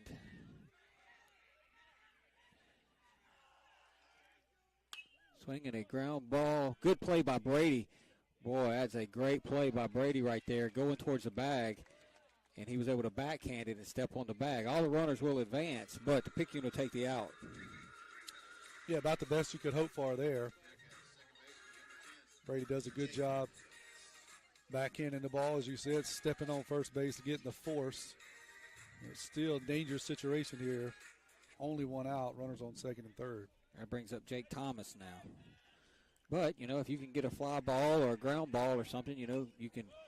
I mean, the ideal thing, there's a foul ball. The ideal thing is a strikeout. That's but, right. If you can just get a ground ball in the infield that you can make a play on, or, even a fly ball, the outfield or anything, just limit this to 1 run at the most. Right, definitely trading out for a run here. We have no problem with that. Here's the 0-1. Swing and a miss. Now, that was that breaking ball, and that was a good one. It was. That was a good one. It was just about the same, about 3 inches off the ground that the other kid hit out into right field, but this Long Beach Bearcat couldn't keep up with it. So what do you do here, Tommy? 0-2. I could blow a fastball right at him at 86. That's a ball down. 1 ball, 2 strikes. That's a good job by Landon right there to block that one up. I mean, right here I throw another 86-mile-an-hour fastball right by him. Yeah, that's right. That's what I knew what you meant. Yep. Here's Busby's 1-2 to Thomas. And that's a called strike 3 as Thomas don't know what he was looking for, but it wasn't that. Yeah. You can't do anything with that mid-80s fastball to the outside corner at the knees. That's a tough pitch to hit. Now here's Luke Thomas. I'm going to tell you right now, if I was Cooper, I'd be on the alert for a little push bunt down the third base line. This kid can fly. He's the one who hit the ball to Jamie last time. Yeah. And he was moving. There's a ball up, 1 ball, no strikes. I mean, he was moving on that ground ball he hit to Jamie. Yeah, he almost beat one out to the second baseman. That's pretty hard to do. Tanner's going to step off. It's a pretty big spot in this game. If Tanner could get Thomas here and hold Long Beach to nothing. Let's check the swing. Landon's asking for an appeal, but the base umpire's not even going to. He's going to act like he didn't even see Landon ask him. Well, Landon can ask, but it has to come from the umpire. But the home plate umpire certainly didn't feel the need. Swing and a miss. That's a good fastball. He just throws by him. 2 balls and 1 strike.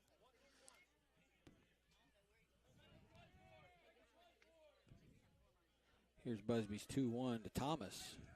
That's a called strike. 2 balls, 2 strike. Now, here's the $1 million question. Do you throw that 2-2 breaking ball, or do you just dial up the heater? I go to heater. But I do too. I go to heater right here. 2-2 pitch. It's going to be that was a breaking ball, wasn't it? It was. That was a slipped breaking ball that never broke, stayed up. 3-2 now, so we know the heater's coming now. Big pitch in this game. Busby trying to put down this little rally that Long Beach has going. And here's the 3-2. And that's going to be a ball. So now the bases are loaded, and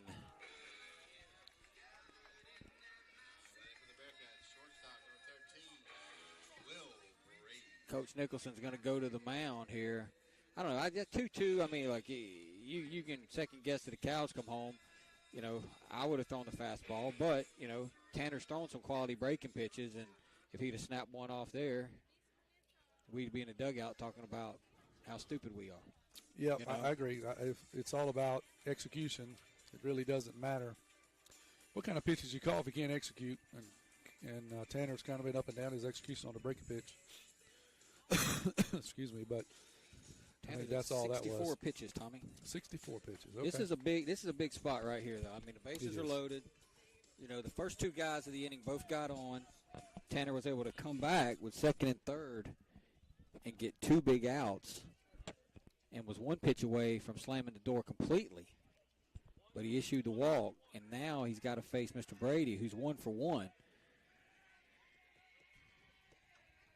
And here's the pitch. Swing and a miss. No balls, 1 strike. I'd like to know the percentage of after the coach comes out and talks to the pitcher, what the percentage of being a strike on the next pitch is. 192. Here's the 0-1. And there's an 0-2 pitch. I mean, called strike 0-2 now. Stay right there. Yeah. Those 2 fastballs he couldn't do anything with. No, nothing at all. If anything, throw another one and just elevate it a little bit. And he threw a breaking ball, and he was able to get a piece of it. 1 ball, 2 strikes. Not a bad pitch. The good news is he didn't leave it out over the plate. Right. And he didn't throw a ball, so it's still 0-2. It looks like the bug infestation has slowed down a little bit. We ain't got all that craziness going. Here's the 0-2. Swing and a miss, but it gets past Landon, but Landon does a great job and throws down to Brady, and they can't make the play, and a run will score. I think Landon could have just stepped on the plate right there, couldn't he? He could have thrown it to the pitcher. Yeah, that's right. That's right. Anywhere, everywhere. He could have. He threw the ball to first. And it's a good throw. And there's nothing wrong with his throw, but the throw got there about the same time as the runner. Brady tried to kind of snatch it, didn't get a handle on it. It falls behind him, so now they have scored their first run on the strikeout. And now the bases are still loaded, and it's 4-1. There's a called strike to number 28, Brady Watts. Yeah, Coach Nicholson was yelling 4. Landon couldn't hear it. Landon threw a good throw down there to Brady. And that ball's going to get away, and they're going to score another run on a wild pitch, and now it's 4-2. Yeah, no, you're right. The safest play would have been at home, but that's something you don't think about as a catcher. It's very seldom that you have to execute that play with somebody at third. You just don't think about it. So you're trained to go 1-1-1-1-1. Right. And he made a good throw. Yeah, and the throw was there. It just the angle that he was forced to throw at kind of threw the ball right into the runner, and that's the danger. That's why you got to run it out. There's a ball up, 2 balls and 1 strike. So now it's 4-2, and Long Beach is a base hit away from tying the game. That's right. Yeah, how things could change in 3 pitches. You got 2 runs scored. Yeah, we think we got a strikeout and the inning's over, and now it's 4-2. There's a foul back. 2 balls and 2 strikes. Kind of a weird inning, you know. Leadoff singles, couple of strikeouts, a walk, a strikeout and a run scores, and then a wild pitch. Now you just got to make a pitch here, limit the damage, and let's get to the 5th inning. Here's the 2-2. And there is a line drive to center field. That's going to be a base hit, and that's going to tie the game. So just like that, Long Beach has come all the way back to tie it at 4. Wow. That's all I can say, too, is wow. You're how it changed from striking out to 3 pitches later. It's 4-2. A couple of pitches later, you get a single. It's 4-4, now you got a brand new ball game. So now you got to bear down here, Timmy, because you got to stop it and give your offense a chance to come back in here. And they're back up to the top with Shapins now, who's 0 for 2.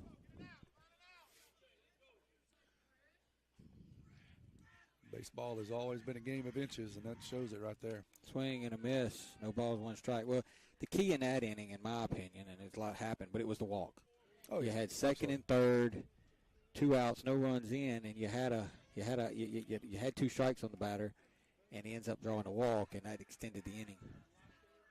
Here's the 0-1, swinging a ground ball. That's going to be a great stop by Kyler, but he'll have no play. And that'll be an infield single by Shapins. As Shapins singles to shortstop. Yeah, he goes all the way across the bag into second base. That's a good play. He wasn't going to be able to make that play either way. No. And even if he would have been able to get up, he wasn't going to beat the runner to the bag. That's right. Him and Jamie both were going after the ball, so nobody was at second, and no chance to throw the kid out at first. So the hits are even at 7. Score is even at 4.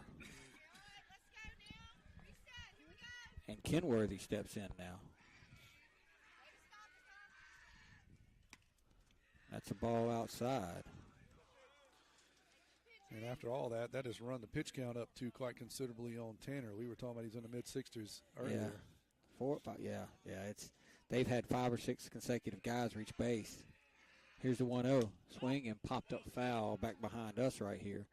Stay 1 ball, 1 strike. So the Tide had a 4-0 lead, had 2 outs, and a series of events. Of unfortunate events. Exactly. And now it's 4-4. And here's the 1-1. That's going to be inside a ball. 2 balls and 1 strike.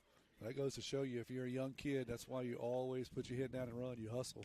If that batter would have not hustled down to first, Brady would have had a chance to pick the ball up, and correct the error. But because he was hustling, no chance, and that started the rally. Swing and a foul into the mitt. 2 balls, 2 strikes. Tanner is now at 70. I think it's 79 pitches. Oh, wow. And tonight's sponsor of the game, and I'll have to get him next. I don't forgot. I got such combobulated, I forgot to even mention it. Uh-oh. 2-2 pitch from Busby. Swing and a foul right at me. That scared me. I was trying to run from over here. It was right at us. Yeah, the net saved us. Yeah, absolutely. It'll stay 2-2. 2 balls, 2 strikes, 2 outs. 2 men on, 4 runs in here in this inning. Here's a pitch. Called, strike 3, and that'll do it. But 4 runs on 4 hits. Believe it or not, there was no errors in that inning. And we will head to the top of the 5th. We're tied at 4, just Maroon Tide baseball.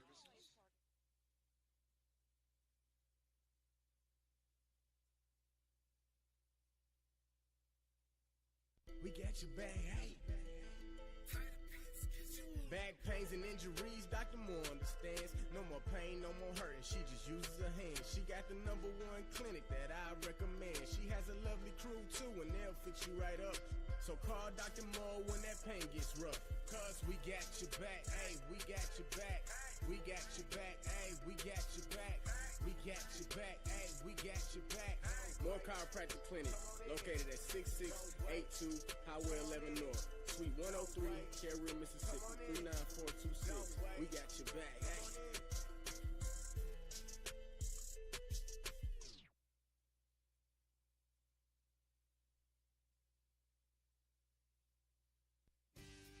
First Place Express Car Wash in Picayune would like to say a huge thank you to their loyal customers. First Place Express Car Wash is happy to serve their local community with 2 locations, Highway 11 North just past Coast Electric and on Highway 43 South just a quarter mile east of I-59 at Exit 4. First Place Express Car Wash is locally owned and operated. You know they'll treat you right. Choose from any one of their car washes. Sign up for their monthly wash club starting as low as $20.99. Why do it yourself when you can let First Place Express Car Wash do it for you? We head to the top of the 5th inning. We are tied at 4.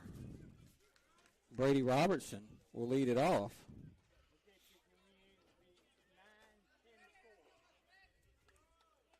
Followed by Jamie Lumpkin.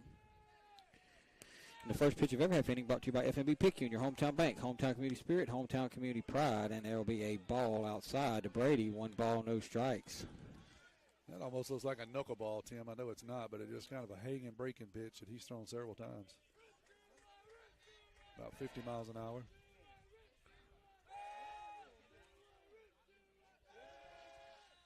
There's a called strike. So Long Beach has to feel like they're playing with house money now. Absolutely. I mean, they're down 4-0. They,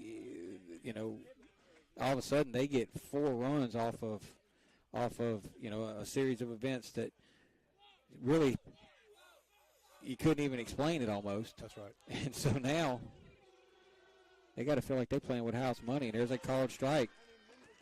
1 ball and 2 strikes to Brady now. Brady and Coach Nicholson having a conversation. Hits are even at 7. Runs are even at 4.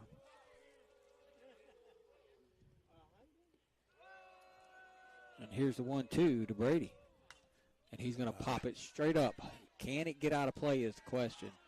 And no is the answer as Kenworthy makes the play. And that's the first out of the inning as Brady fouls out to Kenworthy. We thought it had a chance, but it just kind of died right at the end. Floats back into fair territory. Third baseman comes in, calls off the catcher. Makes the first out. Here's Lumpkin now.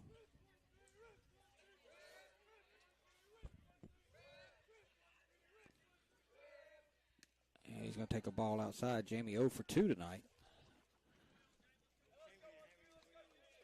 So momentum is in that third base dugout right now, Tom.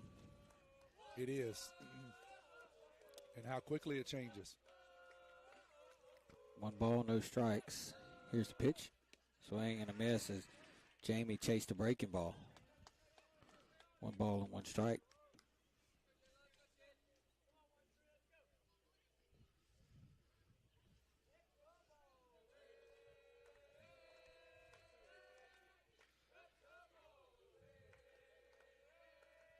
Here's the pitch to Jamie, and that's going to be a called strike.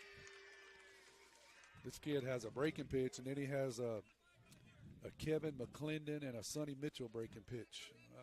Know any of those names? One of them that you could swing at 4 times before it gets to the plate, and you still can't hit it. And here's the 1-2 now to Lumpkin. Swing and a foul. And he'll probably get that breaking pitch again here now. 1 ball and 2 strikes. Trying to check some of my text messages here. Delay. Let's see. Just checking some of my stuff. Here's the 1-2 to Lumpkin. That's going to be down a ball. 2 balls and 2 strikes. Definitely nothing overpowering on the fastball. You just got to be able to lay off of that breaking pitch because it's extremely hard to hit as slow as it's coming in there. But if you can square up a fastball, I think you can do something with it. Here's the 2-2. And that's going to stay inside on Jamie. It'll be 3 balls and 2 strikes now. He had to coax the umpire a little bit on that one, I think. Blue wanted to ring him up. It was close. It was extremely close. Tanner Busby waits on deck. Here's the 3-2 to Lumpkin. Swing and a foul. Good cut by Jamie to hang in there.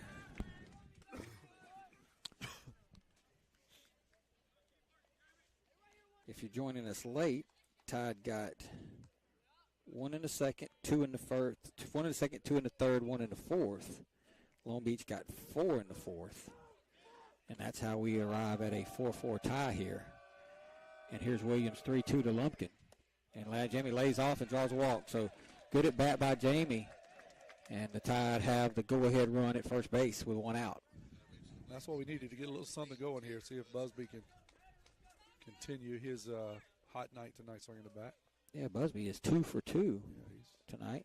And his grandma is the sponsor of the game, and I'm going to have to give her another game later on this year, too, because I just didn't mention it enough, Tommy. I had so much stuff going on when we went on the air that it was crazy. But it's Craig and Rhonda Sheldon in Hayesville, Kansas, Tanner Busby's grandparents. That is who is the sponsor of the game tonight, and I'm going to give them another game, too, down the line because I just missed them. I had so much going on, man. It's been a rough week. We appreciate them sponsoring, especially all the way out in Kansas. Yep, Craig and Rhonda Sheldon in Hayesville, Kansas, Tanner's grandparents. And Tanner's still waiting. Your Paul's Pastry trivia question. I got the trivia question. Here's the pitch to Tanner, and that's going to be down, and it's going to get to the backstop, and that's going to allow Jamie to get to second base. So the wild pitch will get Jamie into scoring position. So here's the Paul's Pastry Trivia question. 601-273-0649. 601-273-0649. 601-273-0649. Text your name. If you don't text your name, even if you're a contact at my phone, I can't give you the winner. I need your name and the answer. It'll be after the 1-0 pitch to Tanner.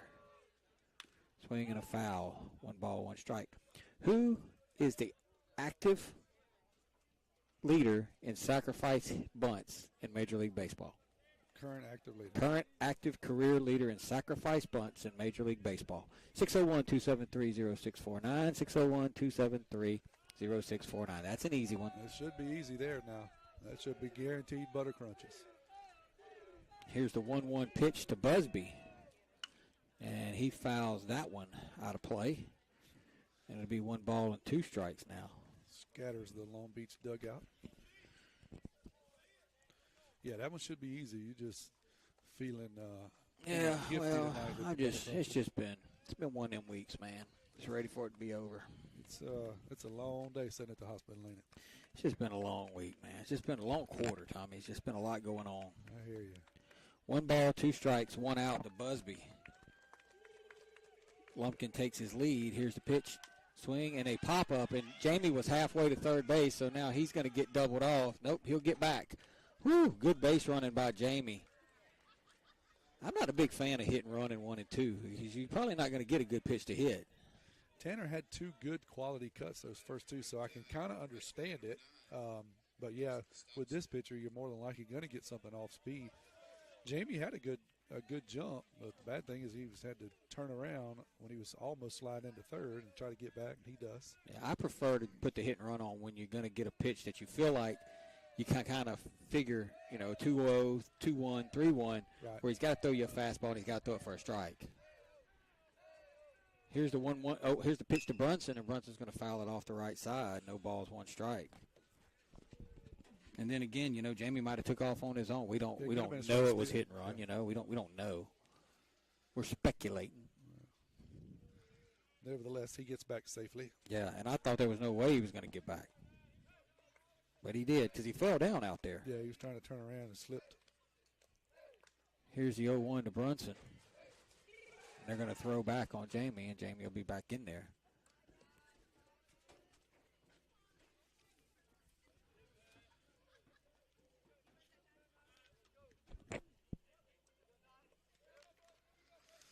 So 4-4, our score here in the bottom of the 5th. Top of the 5th. Top of the 5th. I apologize. I should see that on the scoreboard. I'm looking right at it. And we are in. And Brunson's going to hit one, but he's going to hit it right to the center fielder. And that's going to do it for Picayune. And we will go to the bottom of the 5th. We're tied at 4. This is Maroon Tide Baseball.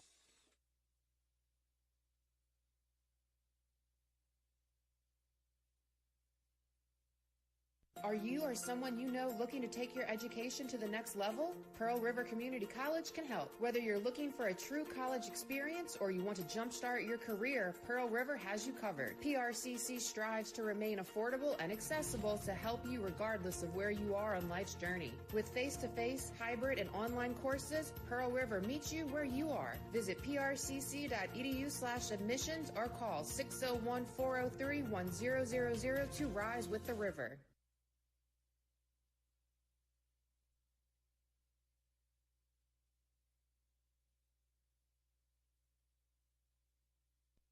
Get back in the game with Dodd Therapy Center. Jamison Dodd, a former college athlete, has the specialties, understanding, and experience to get your athlete back in the game, including indoor turf, Hyvamat, blood flow restriction, trigger point dry needling, and much more. Dr. Dodd and Dodd Therapy Center also specialize in treating Parkinson's disease and other neurological disorders. Give Dodd Therapy Center a call at 769-242-2636 or visit us at 405 Memorial Boulevard in Picayune and get back in the game.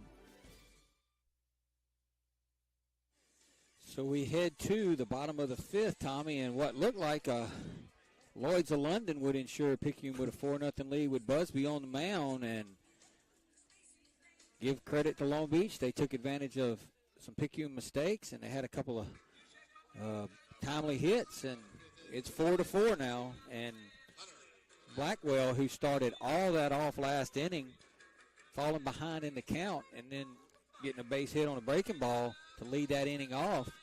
And he started that big uprising in the fourth for Long Beach. Hopefully we just throw him fastballs. Let's see if we can do something different here. There's a called strike. No balls, one strike. First pitch of every half inning brought to you by FNB Picayune, your hometown bank, the place for all your banking needs. Susan Wilson and her staff are ready to service you at their North Picayune branch on Cooper Road.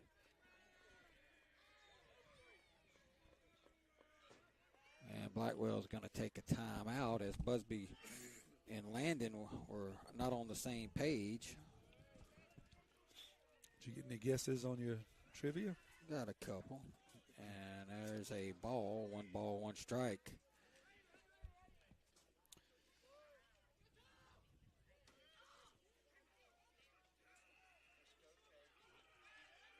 Here's the 1-1 now from Busby to Blackwell. Swing and a foul off the left side. It'll be 1 ball and 2 strikes. And, you know, like we talked about early, Long Beach, you know, if they want any chance to get a 1 or 2 seed, you know, this is a game they have to win. And they've come to play tonight. It's going to be a ball inside, 2-2. It's a little challenge me pitch. Busby throws a breaking pitch on the previous pitch. Kid hits it down the left field line. That one, he kind of gives him a little bit of elbow music, backs him off. Swing and a miss, and that'll do it for Blackwell. A big first out of the inning for Busby and the Tide. And our sponsor of the game tonight is Craig and Rhonda Sheldon, the grandparents of Tanner Busby in Hayesville, Kansas. And I like when Miss Rhonda comes down to visit. She's always good to my boys and always supporting our boys playing ball. Swing and a foul back by Watson. I wonder if they have any turkey hunting land out there in Kansas. Some beautiful turkey hunting out there. If you do, please let me know. Here's what I know. I guarantee you they got some land out there. They were actually living up in Seattle. Mr. Craig was an executive for the Boeing Corporation. Swinging a foul back out of play. No balls and 2 strikes. So they lived up in Seattle, and Mr. Craig retired from Boeing, and they moved back to Kansas. That's where the Busbys are from. Okay. I bet you they do. If they don't have some, I bet you they know some. So yep. So give Tommy a call. You hit me up. Well, so Tanner, Ronnie and Amy, Tanner's parents, born in Kansas. Okay. Ark City, Kansas. Swinging a foul, I believe, is where Ronnie said they're from. Ark City, Kansas. And that's where Ronnie grew up, went to high school, played basketball there. Ronnie's dad moved down to around the Mobile, Alabama area.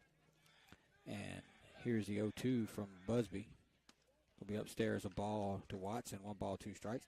Moved down to the Alabama area, and Ronnie said he got tired of the cold wind and the flat grounds. And there's a ball down, 2 balls and 2 strikes. And so he decided to venture south to go where his dad moved to Alabama, and they ended up in Alabama, and that's where Tanner was born. Tanner was born around the Mobile area back in 2006, April 4th, 2006. Here's the 2-2. Call, strike 3 by Busby. Might have been a little bit up, but he got the call, and it'll be 2 down now. Good pitch. And then Ronnie went to work for Rooms to Go in the Mobile area. They opened up that new distribution facility there in Pearl River, the big god-awful structure you see when you're driving from Picayune to Slidell. And Ronnie got transferred there to be over a certain department, and they moved to Picayune. And we are thankful for that. Absolutely. Swing and a foul back. Every time I see that facility, all I can think about is wonder what the power bill every month that thing is. It's a bunch, but let me tell you something. When he tells me how much furniture they move out of that place, I don't think they worry about the power bill. Yeah. Okay. I was worried about them for a while. I'm glad they're doing okay. Here's the 0-1. Swinging a foul back. So, but Ronnie went there. He was over the furniture repair department. So basically, if you bought furniture for Rooms to Go and it had to be delivered, and you lived in in this area, it gets shipped to that warehouse, and then they send it out. Right. And if it gets nicked or whatever, and you don't like it, you send it back. Ronnie and them, they replace it, but they have a furniture repair department. There's a ball upstairs. Ronnie was over that for years, and then as he moved along, he became the general manager of that entire facility. And now he's got more headaches than you could ever imagine. So really, all we need is his Social Security number. We have his full background now, and we could retire well, probably. Swinging a foul back. Well, because Craig and Rhonda Sheldon are our sponsors of the game, and that's Ronnie's mom and stepdad. I want to make sure everybody knows that they live up in Hayesville, Kansas, and that's Tanner's grandparents. And they may have some turkey hunting land that could be available. It's possible, and I love Miss Rhonda, and I am so glad that Tanner don't live in Kansas. Me and you both. Here's the 1-2. And that ball is hit deep into center field, but Parker Helton couldn't make the play, and there'll be a second base for Lions. How you going to score that one? That's got to be an E8. That's got to be. I mean, that ball hung up in the air. He got under it and couldn't make the play. That's got to be an E8. That's a tough error because Parker made a long run, but he got there and just misplayed the ball. He didn't overrun it. He just misplayed it. So, yeah, tough for Parker, tough for the Tide, tough for Busby. He's frustrated because he made the pitch to get out of it. And Coach Nicholson's having a conversation with Tanner. When the ball – I ain't going to lie to you, Tommy. When the ball was hit, I thought it was out of here. Yeah, it was tattooed. It was. But it just kind of died up there in the wind, and Parker got to it in plenty of time. And he just kind of overran it into left field, and it hit on the right side of him. And so now that'll be the first error charged to Picayune, even though Tommy and I were talking about that play at first base earlier on the strike him out, the third strike where drop third strike where Landon threw it down to Brady.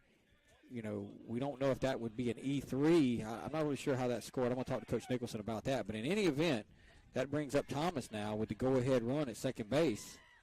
And here's Busby's pitch, and he's going to be fouled off. No balls and one strike. This is definitely the final inning for Tanner. So he's got to be up there in pitch count, right? Yes, he is. Coach Evan had a long talk with him. I think Busby pleaded his case, earned one more out. It's going to be up a ball, 1 ball, 1 strike. Well, a lot of this is at Tanner's fault. I mean, he's probably thrown about 25 more pitches than he should have. That's right. But that's where we are. And here's the 1-1. That's upstairs a ball, and that's going to get away from Landon. And that'll have to be a pass ball, Tommy. Yes. Yeah, Landon just didn't squeeze it up. Wasn't a terrible pitch, just couldn't squeeze it up. It kicks away from him, allows the runner to go to third. But it's no foul here, really, if no harm. We got 2 outs, so we can just bear down here. Here's the 2-1. It's going to be down a ball, 3 balls, 1 strike. And something tells me that if Tanner doesn't throw a strike on this pitch, his night is done. Yeah, I would believe he's on a short leash, but I know he wants to finish it.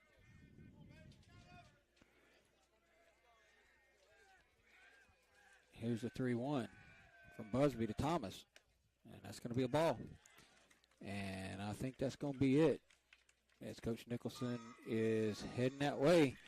That'll put runners on first and third, and we'll take a break. There's going to be a pitching change just from Maroon Tide Baseball.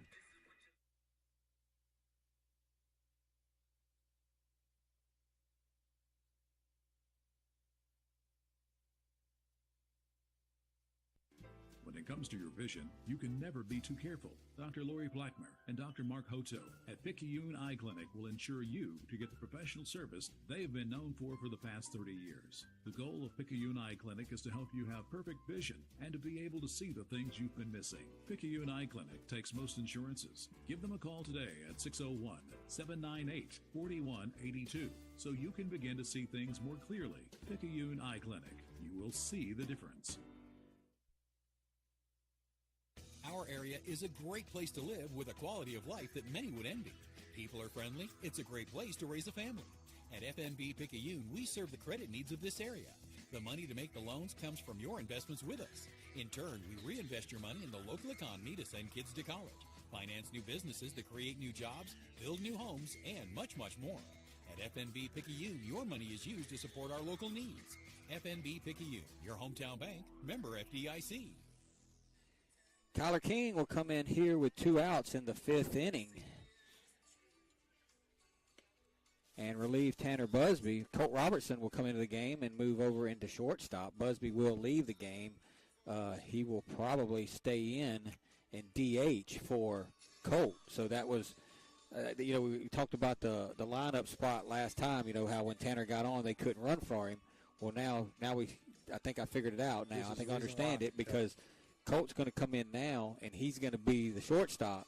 Tanner will stay in his position in the lineup now as a designated hitter for Colt. A little bit of strategery by Coach Evan. Yep, I figured it out. So there's 1st and 3rd now with 2 outs, and the Tide had a 4-0 lead. We had 2 outs in the 4th, and ever since that point, it has just been a struggle. Yeah, we had a pretty commanding lead, and really commanding lead of the momentum. And you're right, just a couple of weird plays, and before you know it, it's 4-2, then 4-4, and then now we've got runners standing on first and third. Yep, and that's going to bring up Thomas now. He's 0 for 1. He's that lefty with speed that almost beat Jamie Stroh in his first at bat. Kyler, I would love to see. I'm so glad we don't play Saturday. So glad we don't play on Saturday because Kyler threw Tuesday, Thursday, Saturday last week. Then he turned around and threw Tuesday again this week. So after tonight, he'll get a few days off. Here's a pitch. Called strike to Mr. Thomas. No balls and 1 strike.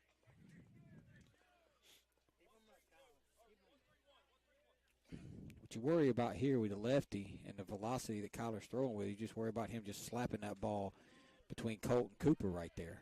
If he could do that. Swing and a miss. No balls, 2 strikes. I wouldn't mess around with any off-speed pitch right here, Tommy. Yeah, I was going to say he better speed up because he's way behind that fastball up in his eyes. If you throw an off-speed pitch here, number 1, you risk hanging it and speeding up his bat. Number 2, you risk it being in the dirt. And it ain't really dirt, it's carpet. So if it hits that carpet, it's going to bounce. And if it bounces, it's going to be a run. So I think I'd throw 4 straight fastballs right here. Just rear back. Yeah. Sling it. Kill this momentum. Try to get in the dugout. Runner's going to go. He's going to step off. And they're trying to put a little play on. And Kyler's running at him. Now they've got him caught up. And we throw it away. And they're going to score 1 run, maybe 2. And I just don't understand, Tommy. It's 0-2. Just let the guy go to second base.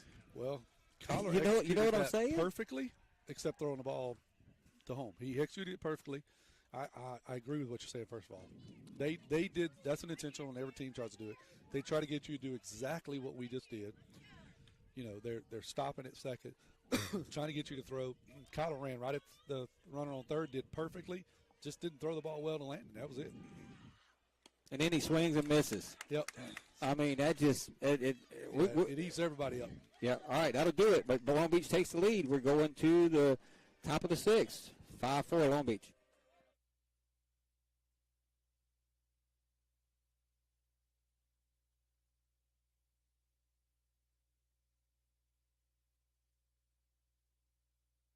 Fight back against Parkinson's with Dodd Therapy Center. Dr. Jameson Dodd is certified in LSVT BIG, a specialized treatment program for Parkinson's disease and other neurological disorders.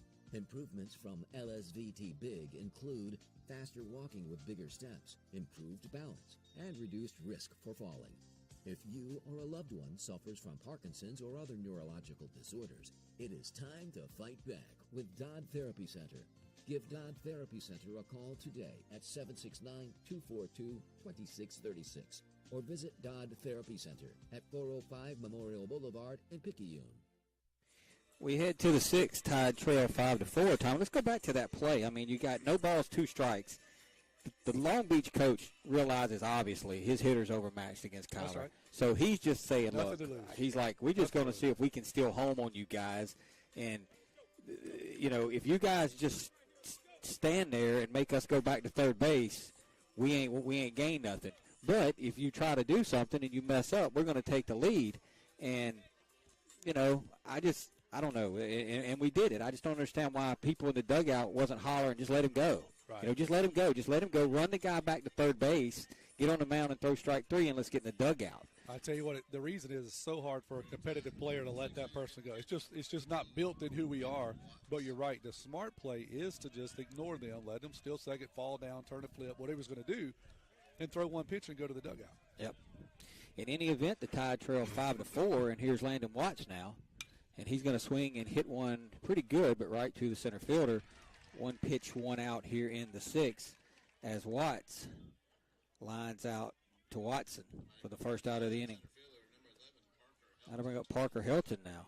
We just need a couple of base runners here to see if we can get a little momentum back to us. A couple of very weird plays that has led to at least 4 of Long Beach's 5 runs. Helton now. He had that bunt single last time, and he scored the Tide's 4th run, and there's a called strike. He scored the Tide's 4th run, and at that point in time, you're thinking, oh, yeah, we got this. And, how the momentum has changed. No balls. Yeah, we still got at least 2. Sorry to step on you there. That's good. Here's the 0-1 to Helton, and he's going to take another called strike. No balls and 2 strikes. Both those pitches looked a little up to me, but don't matter what I think. Now, he hadn't asked us over here for an appeal yet. I'm still kind of waiting. Here's the 0-2 to Helton. Swing and a miss. And I tell you what, we were questioning why they would take Bermudez out, put this guy in, but he's carved us up, and he's all smiles out there right now. He's barely breaking 65 on a fastball and in the 40s on a breaking pitch, but he's just got us chasing out there. That's the thing, is keep us off pace. It's not about how hard you throw it. It's about what can you do with it, where can you put it, and can you change speeds, and can you mix our eyes and our hands up. And he's done a good job so far. He's just shut us down. So Justin Stockstill will step in now.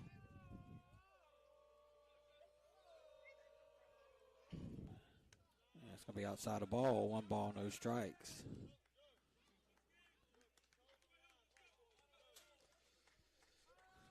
You feel like Picayune just needs something here. Just one base hit to kind of settle us a little bit.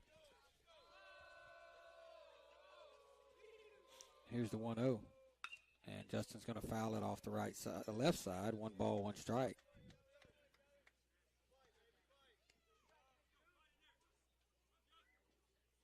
Kind of like Mr. Williams' demeanor out there. He's all smiles. Every time he catches the ball, he's smiling. He's just happy to be out there. That's exactly right. He's not afraid to be in this situation. He's peeling around his glove. I think a breaking ball's coming. And it did. And Justin swung and missed. It was in the dirt. He telegraphed that one. He was piddling around in his glove with it. And looking for a grip. It was easy to see that was what he was going to throw. 1-2 now to Justin. See if Justin can fight him off. Justin 0 for 3 tonight. Swinging a foul. So stay 1-2 to Justin. Cooper Moreau waits on deck. He singled his last time up, did he not? No, he is 0 for 3. Cooper? Oh, Cooper. Yeah. I thought you were talking about Justin. Yeah, Cooper singled his last time. He drove in. A run, right? He drove in Parker, which gave the Tide a 4-0 lead at the time.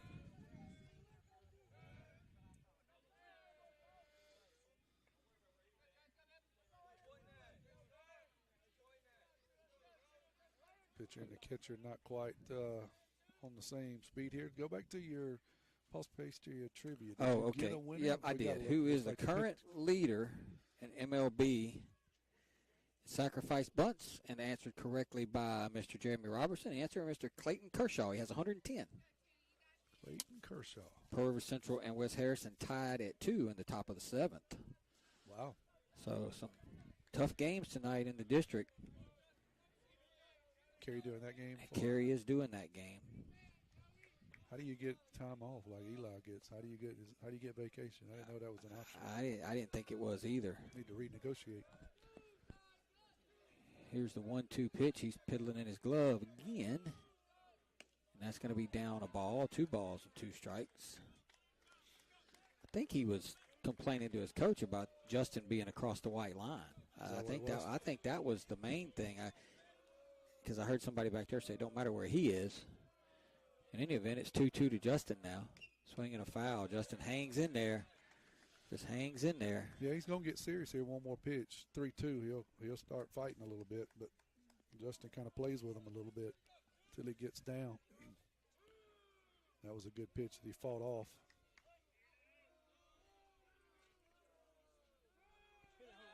Here's the 2-2 to Justin. Called, strike 3. And that'll do it for the Tide. No runs, no hits, no errors, none left. We only got 3 outs left. We're headed to the bottom of the 6th. Momentum is in that third base dugout. It's 5-4. Long Beach.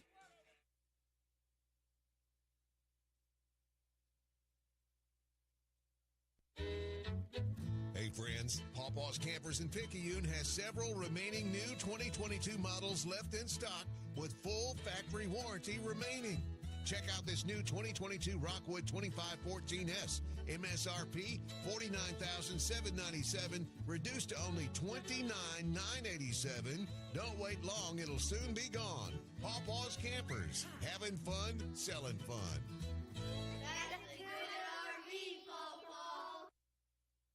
Dr. Hermaine Almonte, Chair of Surgery and Trauma Medical Director, Highland Community Hospital. Over the last 10 years, the Highland Surgery Department have grown exponentially. We have been able to add multiple services to our surgery department, which includes urology, general surgery, advanced laparoscopic surgery, ENT, as well as ophthalmology. Highland Community Hospital, here when you need us most. For more information, go to highlandch.com. We head to the bottom of the 6th. Tide trail it by the score of 5-4. Kyler King back out there. Is this the first time we've trailed in 2 weeks in district games that we trailed? Yeah, I think so. I'm first I can remember, but yeah. I know you know that stuff off the top of your head. Yep, I'm pretty sure it's the first time we trailed, and the way we've trailed in this game is, it's almost it's almost impossible to believe the Tide are losing this game. I mean, it's almost impossible to believe it. Very weird series of events that led to at least 4 of their 5 runs. Yeah, four runs, and then the 5th run was, they were basically saying, "Hey, we don't think you can get us out at the plate. We're just going to run home and see if you can throw us out." And we didn't. We didn't. So, very weird.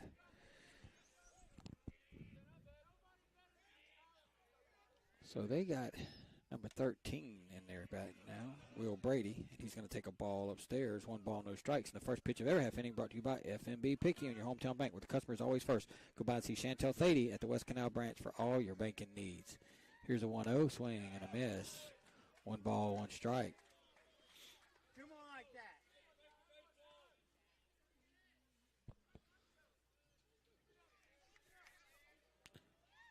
Swing and a foul, back out of play. 1 ball, 2 strikes.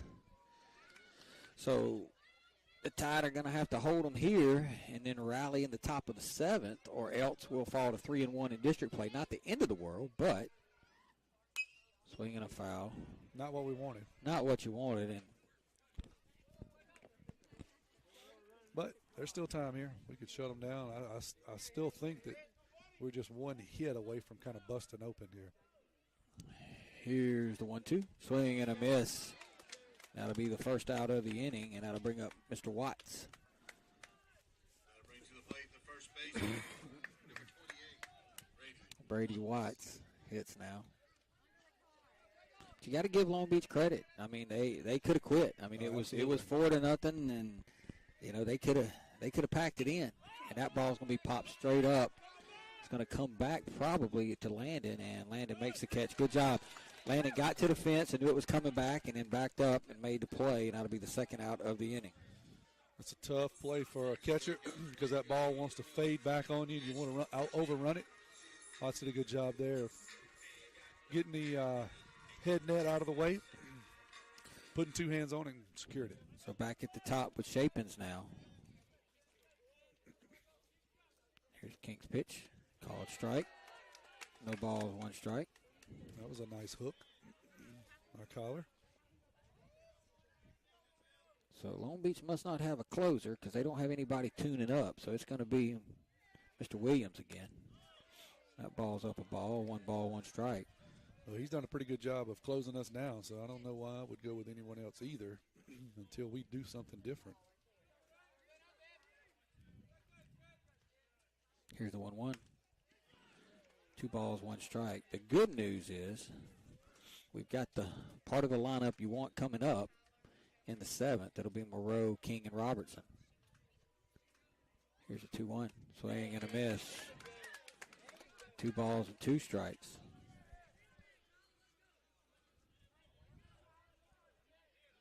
Do it again, Kyler. Just rear back here. Here's the 2-2. Swing and a foul. I think that hit Landon up the top of the head.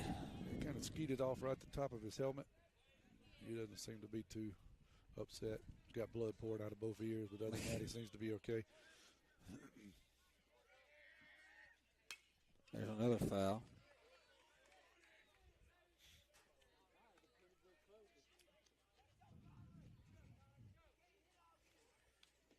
Say 2-2. So that last inning, you had the 2 errors on Picayune there. The one out in center. It's going to stay up a ball, 3 balls, 2 strikes. And then, of course, the error on the run down at the plate. And that's what allowed the go-ahead run to score. And that's the difference in the game, Tom. It's a game of inches, and inches have not fallen our way later in this game. And that's going to be a walk. So Shapins, Kyler got ahead of him 1-2. And speaking of inches, that was just a little bit up. That'll bring up Kenworthy now.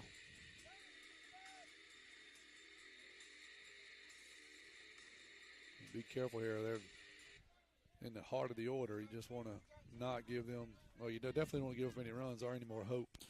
You can't. I mean, we're struggling offensively really since the 4th. That's up a ball, 1 ball, no strikes. We've struggled offensively the last couple of innings, so we can't give up any more runs here.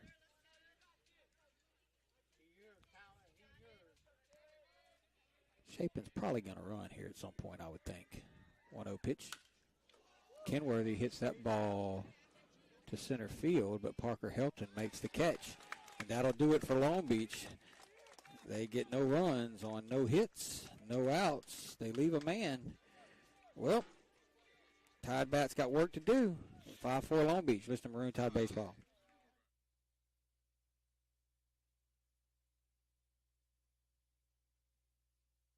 Craving a breakfast toaster or French toast sticks? Make it a meal and step up your breakfast with tots and a cold beverage. Sonic Drive-In has the perfect portable breakfast, and it's the perfect way to start your day. And at Sonic Drive-In in Picayune, you can stop by anytime because breakfast is served all day. Sonic Drive-In of Picayune on Highway 11 just north of Highway 43 North. Start your day Sonic style with happy eating at its best. That's what you get at Sonic Drive-In of Picayune. Destination delicious. Welcome to a place where everyone deserves to be better protected, where technology has your back, where you can have better protection and keep more money in your pocket, where you can have protection for your car, your home, your phone, and even your digital identity. You're in good hands with Allstate. Jason Pyatt has offices in Poplarville and Picayune. Make sure you have the right coverage. Give the Pyatt Agency a call today. 601-798-7005. Allstate and affiliates offer products and services subject to availability, terms, and conditions. Tide Bats got work to do as we head to the top of the 7th. Picayune trails this one 5-4. Hits are even at 7. Picayune has committed 2 errors in the game, possibly 3. I'm still curious on that play if there's an error charge there. I know who'll know. Coach Steelman. Gatlin Steelman will know the answer to that.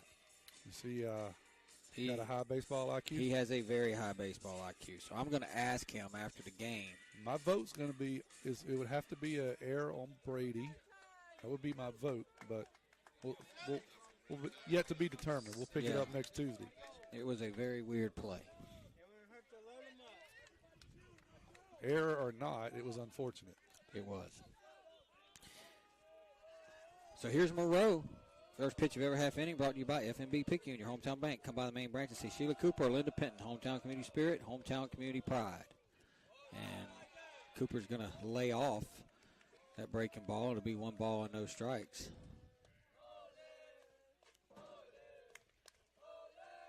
You got who you want at the plate here. You got what, 2, 3, 4? 2, 3, 4. This is it. This is your chance. 1-0 pitch. Called strike. 1 ball, 1 strike. We need 1 to play on and 2 to go ahead. Well, if he could hit one over the third baseman's head, we'd have a runner in scoring position for sure. Yeah, he's nobody in left field. The left fielder's playing left center. That's going to be inside a ball. 2 balls and 1 strike. They have seen the scouting report on Cooper that he's a pretty dead pull hitter, and I would tend to agree with that. But it would be nice if they left him a fastball outside. See if he could do a Brady impression and swat it down left field line. Here's the 2-1 to Moreau. Swing and a ground ball right to the second baseman. So their scouting report and your scouting report was correct.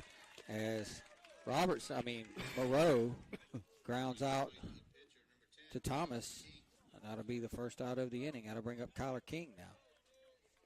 Kyler is 0 for 2 officially. I think it was him that hit a laser to center field last at bat, just right at the center field. Yep, he did. He did.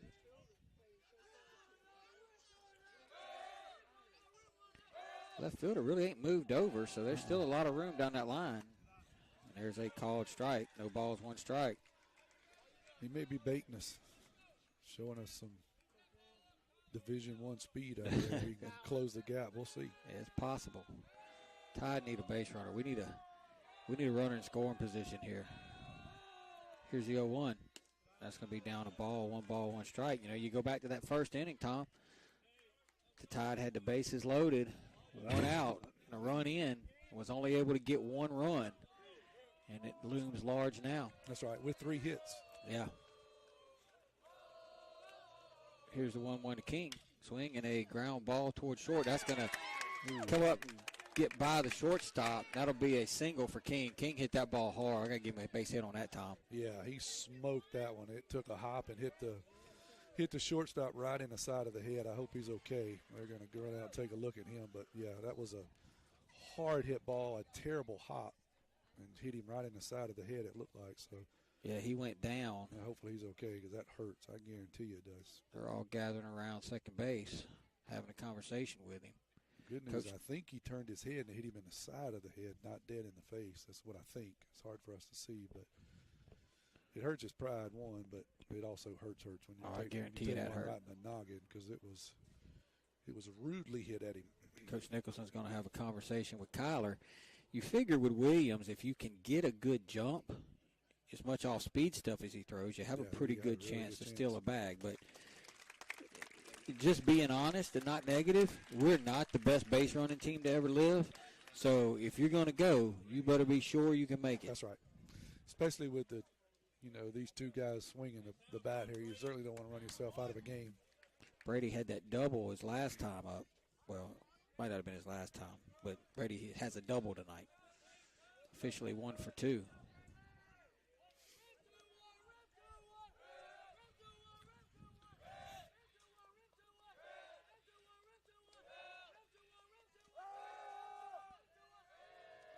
And they're going to throw over, and Kyler will be back.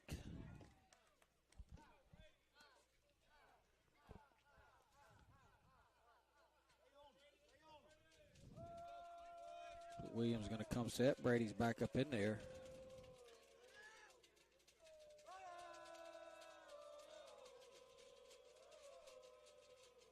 And here's the pitch to Brady. Kyler went and had the bag stolen, I believe, and Brady fouled it off. And Coach Nicholson is looking at Brady like, man, he had it stolen. Yeah. So I don't think that was a hit and run. I think it was just a straight steal, but Brady nips a breaking pitch there. Yeah. It was a good pitch to steal. Yeah. Kyler got a really good jump. Brady was trying to hit that one to the football field over there. Yeah, he was going to bow up and go ahead and put this one away. They're going to throw over on Kyler again. We need them to throw one away is what we need.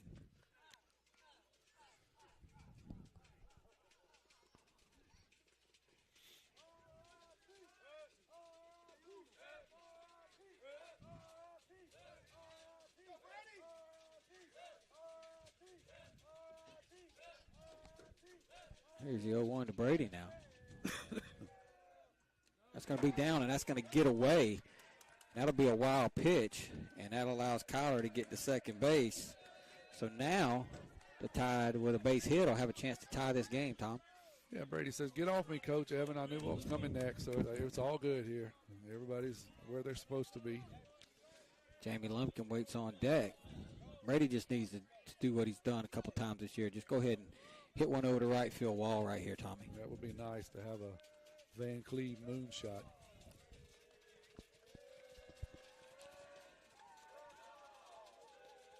Here's the 1-1 to Brady.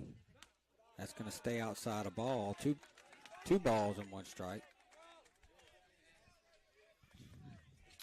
Good count to get one of those fastballs here. But you just got to, this guy will throw a curveball at any count, so you can't lock in. Well, I tell you what, this is where I wish Brady would just swat that one into left field, down the left field line. Plenty of room there. Yeah, that guy's fearless out in left field. He's just daring you to hit it down there. They're going to turn around and throw it into center field, and that's going to allow Kyler to get to third base as a throwing error by Williams. And you know, I'm gonna get on him a little bit. I mean, I'm not sure what he's doing there. I mean, he's at second base. You know, it takes a hit to tie the game. And really no need to throw at Kyler right there. I highly doubt we're going to try to steal third in that spot. Yeah, it was not a big lead at all. And you don't really win anything at all. So totally agree with you. And they're going to make a move. So while they do, we'll take a break. You listen to Maroon Tide Baseball.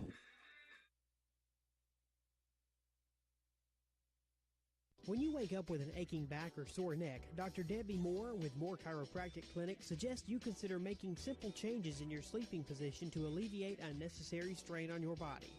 According to the American Chiropractic Association and Dr. Debbie Moore, it's best to sleep on your back or side because laying on your back or side allows your head, neck, and spine to relax into their natural alignment. This will help you wake up pain-free and feeling rejuvenated. Moore Chiropractic Clinic. We've got your back. First Place Express Car Wash in Picayune would like to say a huge thank you to their loyal customers. First Place Express Car Wash is happy to serve their local community with 2 locations, Highway 11 North just past Coast Electric and on Highway 43 South just a quarter-mile east of I-59 at Exit 4. First Place Express Car Wash is locally owned and operated. You know they'll treat you right. Choose from any one of their car washes. Sign up for their monthly wash club starting as low as $20.99. Why do it yourself when you can let First Place Express Car Wash do it for you? So Mr. Kenworthy is now in to pitch with all the hair and the flow going, Tom. Got a beautiful head of hair. He's just got it going from third base. I think he backs off a little bit from the mound. He came in to pitch against us Tuesday night. Kyler King makes his way over here and gives everybody the scouting report on him. And that ball stays upstairs, a ball. It'll be 3 balls and 1 strike to Brady. Well, you love to see him get a fastball here. Well, Long Beach is their infield way in. I mean, yeah, they're not only on the grass, they're 6-8 feet inside the grass. So I mean, they're in. Here's the 3-1 to Brady, and Brady pops it up. That might be trouble. And it's in fair foul territory, and it's going to fall. It's going to drop for a base hit, and Kyler's going to score, and Brady's going to get the second on the throw. Tell you what, with their infield playing like that, Tommy, and the outfielder playing so far into left center, you caught it. That's what you do. That's exactly what you do. Brady is very good about swatting the ball out in left field. We already told you that the left fielder was standing right beside the center fielder practically, so he wasn't going to get there. The shortstop, I honestly believe he's still a little banged up. He took one to the chops a while ago off of Kyler. He couldn't get there. The third baseman has no chance running straight back the way he's running, so that's a tough play in normal position, but where they were, it's almost impossible. Ben Bird's going to run for Brady, so that's a big swing right there by Brady. Our softball team, Kevin Hitchpeth just texted in, our softball team beat West Harrison by the score of 5-4, so Picayune Lady Softball gets the win tonight. Per Central beat West Harrison 3-2 as Jacob Johnson went the distance for the Blue Devils, and Jeremy Robertson said that Pearl River Central's Blue Devil girls won tonight as well. And don't underestimate what Brady did by moving up to second on that throw, because that's huge. He's now in scoring position here. So here's Lumpkin now, 0 for 2. Here's the pitch, and that's going to be down a ball. 1 ball, no strikes. Ben Bird is running out at second base. So Jamie with a chance to give the Tide the lead here. Picayune's fought back to tie it at 5 here. We play in the top of the 7th. Tanner Busby waits on deck.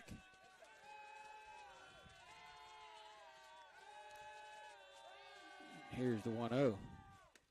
And that's going to break across the plate. 1 ball, 1 strike. Just a weird game, Tommy. I mean, some of the weirdest things has happened. That last ball that Brady hit, I mean, that just adds to another weird night. That's exactly right. Exactly right. It's been a series of unfortunate events. That's the only way I could think to describe it. Here's the 1-1 to Jamie. That's going to be down a ball, boy, that almost got by Blackwell. Yeah, he one-hopped it and kept Bird at second. And I think Kyler was going to score anyway on that. Even if that ball would have been caught, whoever caught that ball was going to be in no position to set their feet and throw. That's exactly right. But shortstop was the closest, and the ball kind of faded back on him, and he couldn't make the play. You're right. It was a circus catch at best. Difficult to throw King out. And that's going to get over Lumpkin's head and get to the backstop. And that's going to allow Bird to get to third base. That'll be a wild pitch, and it'll be 3-1 to Lumpkin now. And the Tide have the go-ahead run at third base. So Long Beach again will have to bring the infield in. I give it to them. When they bring their infield in, they bring them in. Yeah, they don't stand there in no man's land. They're forming a single file line behind the pitcher. Jamie's really good at slapping that ball back up the middle. If he can do it and get it past Kenworthy, to give the Tide the lead. That's going to be down. Oh, and it got away from the catcher, but not far enough for an advance. And that'll be a walk. So Jamie will be on at first base, and that'll put runners on first and third now. And that'll bring up Busby. Tanner's got a couple of hits tonight. Coach Nicholson's going to have a conversation with Tanner here, Tommy. Yeah, he was having a big conversation with Bird at third base. He kind of leaned off at third, thought about going. And Coach Evan put the virtual hook on him, told him to get back. I think with 2 outs, you try to go there. Right. Not with 1 out, though. I agree totally. So now the Tide have first and third. Lumpkin's at first. Bird's at third. Busby going to hit here. Now the middle infielders are playing at double play depth. Kenworthy going to bring it to Busby. Busby shows bunt, pulls back. Takes a ball, 1 ball, no strikes. I like the idea, and I like it even better that Busby recognized that it wasn't a strike and let it go. That's right. That's a safety squeeze there. So if it's there, do something with it. If not, pull it out. So here's the 1-0 to Busby. Called strike. 1 ball, 1 strike. That was a tough strike to take right there, Tommy. It was. Jamie moves up on the throw. He goes to second. I was looking at him, so that'll bring the infield back in. Yep, no double play now. So Tanner just got a couple of runners in scoring position. Here's the pitch. And good job by Tanner. He lays off 2 balls and 1 strike. This guy's got a more conventional breaking pitch, throws the ball a little harder than the 2 other pitchers from Long Beach. He's got a kind of big curveball, so he can mix you up a little bit. Tanner just needs to hunt an inside fastball here. I think he's going to get a fastball in this pitch. I don't think he's seen one yet, and Kenworthy's going to step off. I don't think Tanner's going to.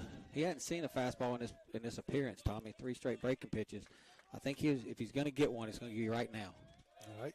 The question is, can he get around on it? Oh, and he takes a called strike on a breaking ball, and Picayune faithful ain't real happy. But now ball looked a little up, but yeah, it's 2-2 now. So yeah, well, everything's in the arsenal. Well, we gotta figure out a way to make it happen right here, Tanner. You got to be able to put the ball in play right here. Kenworthy still hasn't thrown him a fastball. If I was Tanner, I'd ask for time, and he does. Just a tough spot to be in for Busby right here. The umpires called 2 breaking pitches for strikes. Both probably could have been called a ball, and now Jamie's asking for time. I'm not sure what all that's about.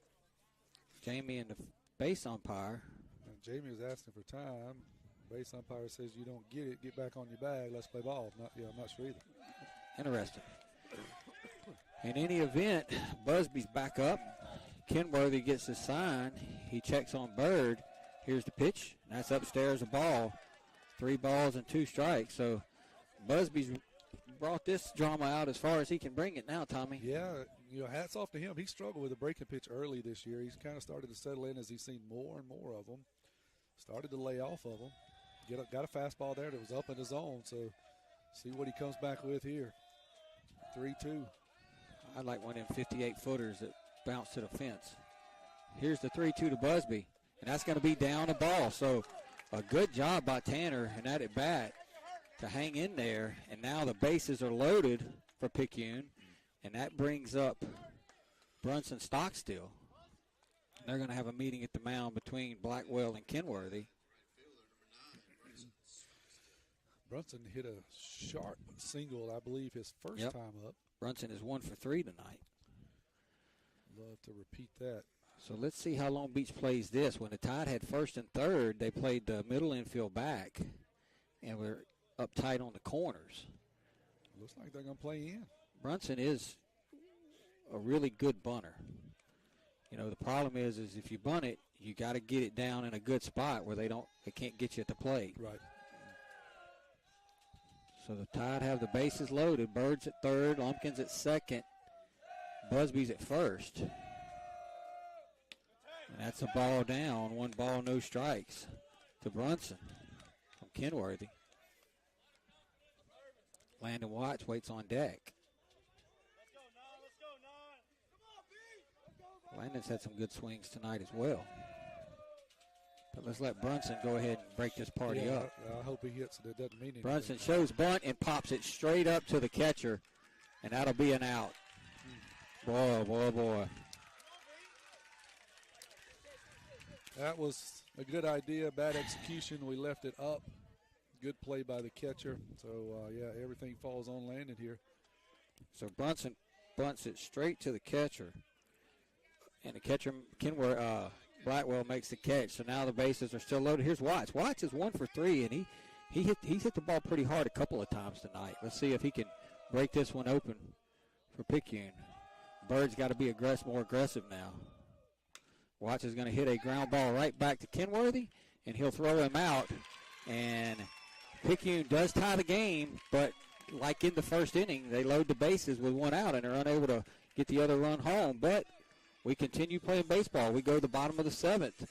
We're tied at 5.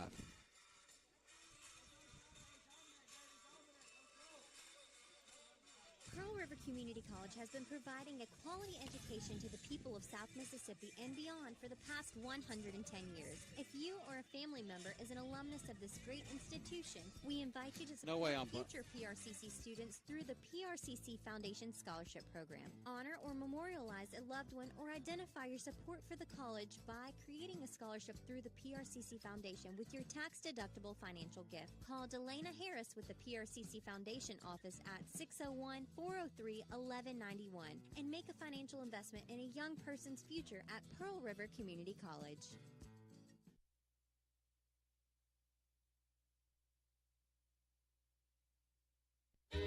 You can say goodbye to the guesswork. We make it easy as 1, 2, 3. Check out this new 2022 Wildwood 169 RSK with a queen bed slide out and a U-shaped dinette. Awesome couples trailer, MSRP $34,730, reduced to only $19,987. Pawpaw's Campers in Picayune, having fun, selling fun. You're gonna love the way we deal. We head to the bottom of the 7th inning. We are tied here at 5 in what has been a very bizarre, to say the least, baseball game. At least through the first 3.5 innings, Tommy, it was a pretty normal baseball game. Picayune had a 4-0 lead, and they had kind of scored runs the conventional way, getting men on, base hit here, base hit there, scoring them, and then that fourth inning for Long Beach was really, really weird. It's just too hard to even go back and explain how the Tide had all 3 outs with no runs across, and then 4 pitches later the game was tied. That's right. And then Long Beach got a run in the 5th on a weird play. Yep. And then Picayune tied the game in the 7th on a weird play, but lost in all of that. As you can book in the 1st and the 7th, the Tide had the bases loaded with 1 out and were unable to get the run across. That's right. And that is really, you take everything else out of the equation, those 2 things are what stands out at me. So here's Blackwell now against Kyler, who is going to swing, and Blackwell hits that ball deep to right field, but Brunson Stockstill was standing right there. I tell you what, the ball is just not traveling tonight, Tommy, because Blackwell hit that ball a ton. Yeah, he hit about as hard as you could hit it. I thought it was gone when it came off the bat, but it just kind of died out there.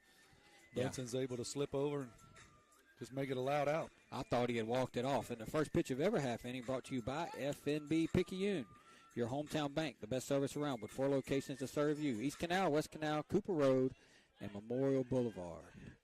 So that brings up Wesley Watson now. He's 1 for 3. He's going to take a ball down. 1 ball, no strikes. If we go extras, I'll take a 30-second going to the 8th, and I'll try to explain to people, called strike, 1 ball, 1 strike. Try to explain to people how we got here. Yeah, it's going to take you a while. Yeah, I don't even know if I can explain it. I'm going to try. Here's the 1-1, swing and a miss. 1 ball and 2 strikes. Picayune about hit them, but we are tied at 5. Swing and a ground ball towards shortstop, and that comes up and gets Colt Robertson and just took that weird hop. But here's the thing. Kyler had thrown through 2 fastballs right by him, and that was a curveball, and that'll be an E6. That's a tough error to give Colt, but the way that hop took, I don't know really how else to score that.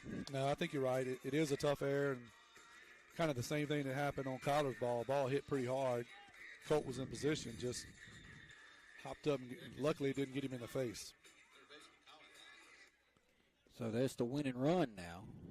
And now here's Lyons, and he takes a called strike. Yeah, I just like Kyler throwing the fastball. I didn't like the pitch call right there. I mean, you had him 1-2 in the count, and he was looking bad 1-2.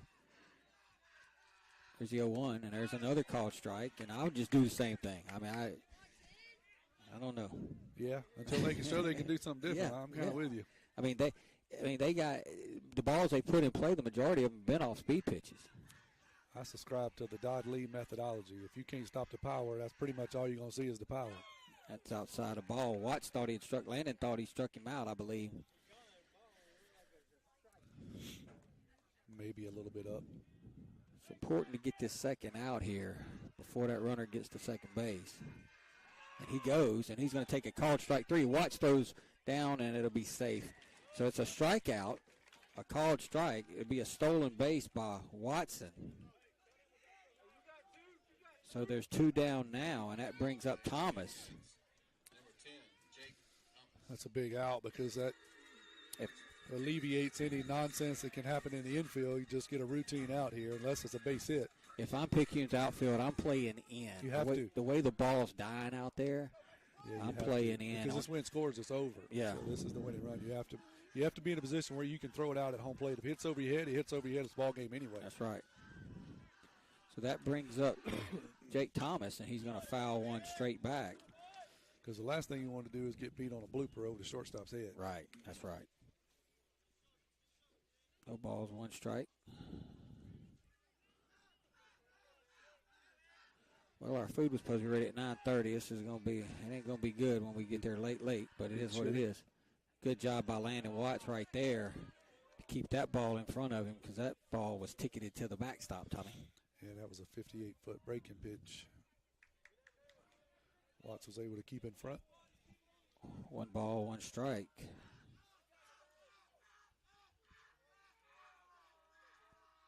And here's the pitch. That's going to be down a ball, 2 balls and 1 strike. Well, I'm ahead of myself quite a bit here, but we get out of this. Who comes out in the next inning? You bring Kyler back, or you make a change? Gets interesting from here. Yeah, I think you probably go to Cooper here soon. Kyler's only thrown 31 pitches. Okay, that's not bad. Oh, Kyler got a call there. 2 balls and 2 strikes. That pitch was up a little bit, but that's the same pitch he called on Busby That's earlier. Right. Yeah, he'll give it to you up a bit. Not a bad breaking pitch, but I'm with you. I don't think it was a strike, but he's been calling it there. Picayune Eye Clinic glasses say it was a ball. Here's a 2-2. And Thomas hits a fly ball out to right field. Brunson Stockstill makes the catch, and that'll do it as the Tide get out of it. And we've got free baseball as King gets the founder of Wendy's to fly to right. No runs, no hits, 1 error. They leave a man. We are headed to number 8. The 8th inning. 5-5. Here's some Maroon Tide baseball.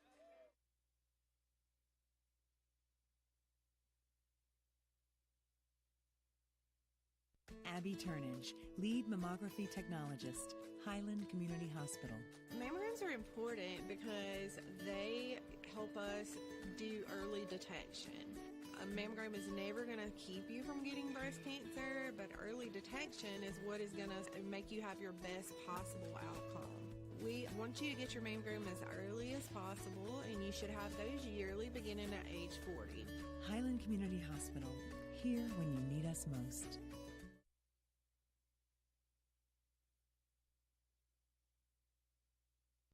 Sonic Drive-In at Picayune introduces the latest local favorite. The Alaskan pollock fish fillet is fried in a crispy panko breading. It's topped with crisp lettuce, creamy tartar sauce, crinkle-cut pickles, and served up on a warm brioche bun. Sonic Drive-In's latest on-the-go comfort food is available now for a limited time only.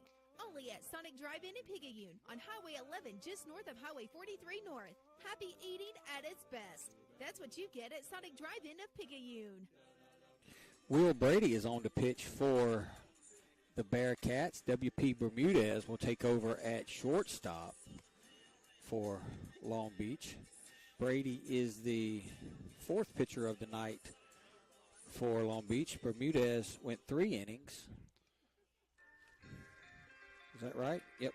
Bermudez went 3 innings. Williams went 3 1/3. Kenworthy went 2/3 of an inning.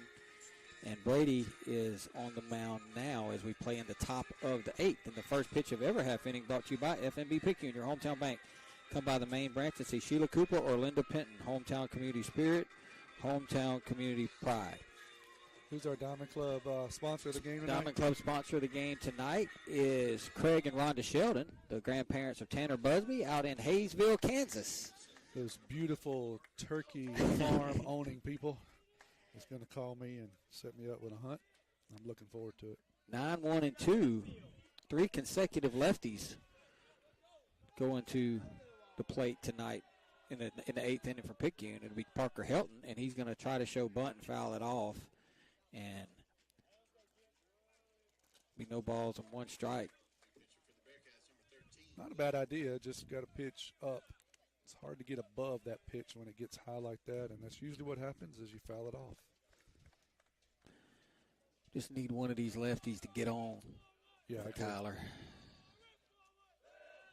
Here's the 0-1. That's going to be down a ball, 1 ball, 1 strike. I was going to take a 30-second and try to explain all this, and I forgot, Tommy. That's okay. I'll do it. We'll have time after this half inning. Yeah.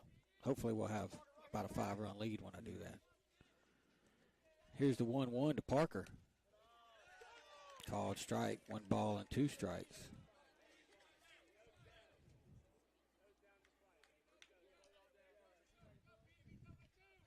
Parker got a real wide stance. He does. Here's Brady's 1-2, and that's going to be down a ball, 2 balls and 2 strikes to Parker. Or is the Tide calling Petey? Petey. Yep. I hear that coming from the dugout. I was wondering who they talking Peter about. Parker, Spider-Man. Got it. Coach Nicholson tabbed him that. And that's going to be down a ball, 3 balls and 2 strikes. That's the kind that if you knew it was going to get by the catcher, you could swing at and shag down to first.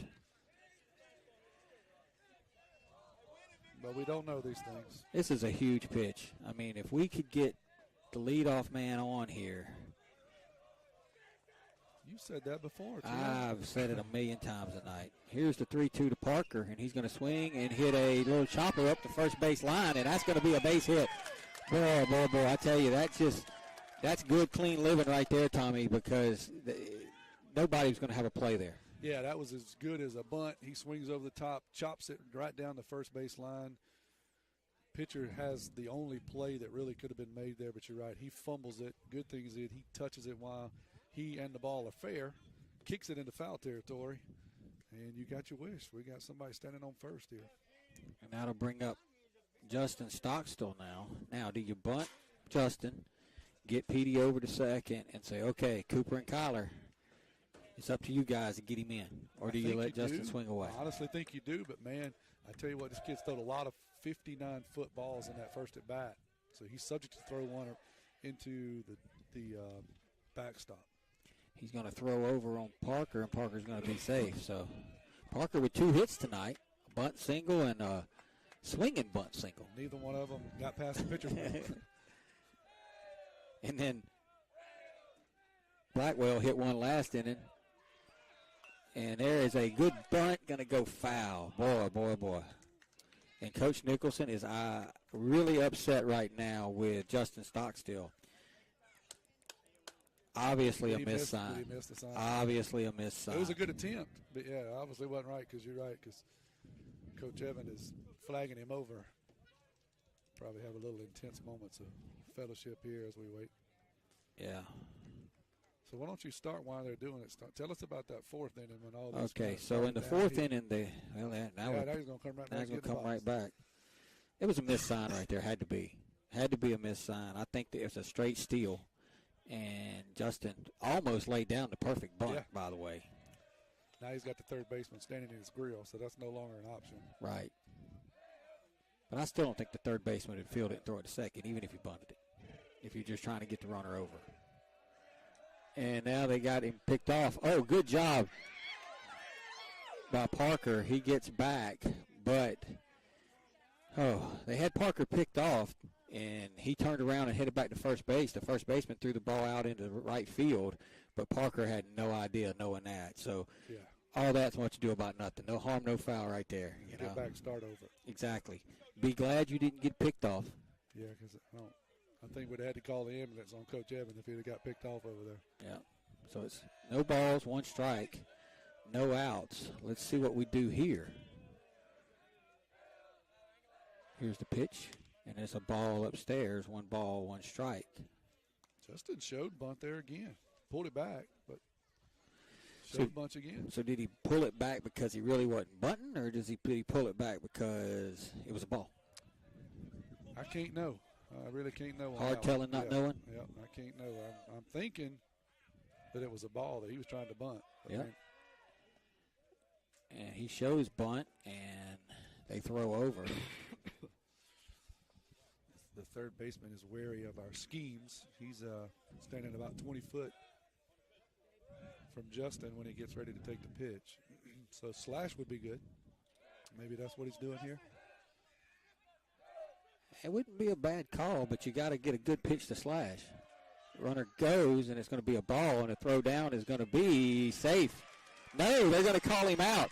He tagged him in the back of his shoulder. It wasn't even. Wow. I mean, he was into the bag with his feet. He tagged him up on his shoulder, but it's going to be out on a stolen base. I called him safe, Tommy. Yeah, that's tough. It's from our vantage point, it certainly looked safe. Like you're right, he tagged him as he went by him. But it's 1-2. Now we got nobody on. We got to start over. Here's the 1-2. We play so much better baseball when we just get up there and swing it, and don't try all this strategery, bunting and stealing and all that. Like we just play. Yeah, ball. Just hit it and run. Yeah. Earl Weaver. Yeah, hit it and run. Yeah. Don't worry about none of this small ball stuff. Yeah, I mean, we're just not very good at it. I mean, I hate to say it, we're just not. I mean, we definitely struggle at sometimes. Not hating on it. It's just if you go back and look at the statistics, we're just not very good at it. Yeah, I agree. We have not executed the bunt, the hit and run, and some straight steals this year. We've struggled with that. Up and down the lineup. It's not been one guy either. It's kind of been up and down the lineup. Here's the 2-2. Swinging a foul back. It'll stay 2-2 now. So now we need to get Justin at first base and start this all over again. But what the stolen base really did, more than anything now, it could cost Kyler a chance to come to the plate in this game. I mean, that's the big thing I'm thinking about. I'm looking, hey, as long as we don't hit into a double play or get caught on the bases, we're going to have our best player get a chance to hit. That's right. And now it's a possibility that he won't. And it just seemed like we tried to force too much right there. I mean, he kept going and kept going and kept going, and you know they were wise to our trickery. And I think they caught a break on the. Here's the 3-2 to Justin, and he draws a walk. Boy, that was a good-looking pitch, but Justin draws a walk, and now the Tide have the runner back at first base, but there's one out, and with Cooper at the plate, he ain't bunting, so we can just play more of see ball, hit ball. You say it's not on the table, huh? No, Cooper ain't bunting. If Cooper bunts here, I'll walk back to pick you. Famous last words. Cooper ain't bunting. I can't promise Justin won't take off. Okay. But Cooper ain't bunting. There's a ball to Cooper, 1 ball, no strikes. Cooper would agree with you there, on that one at least.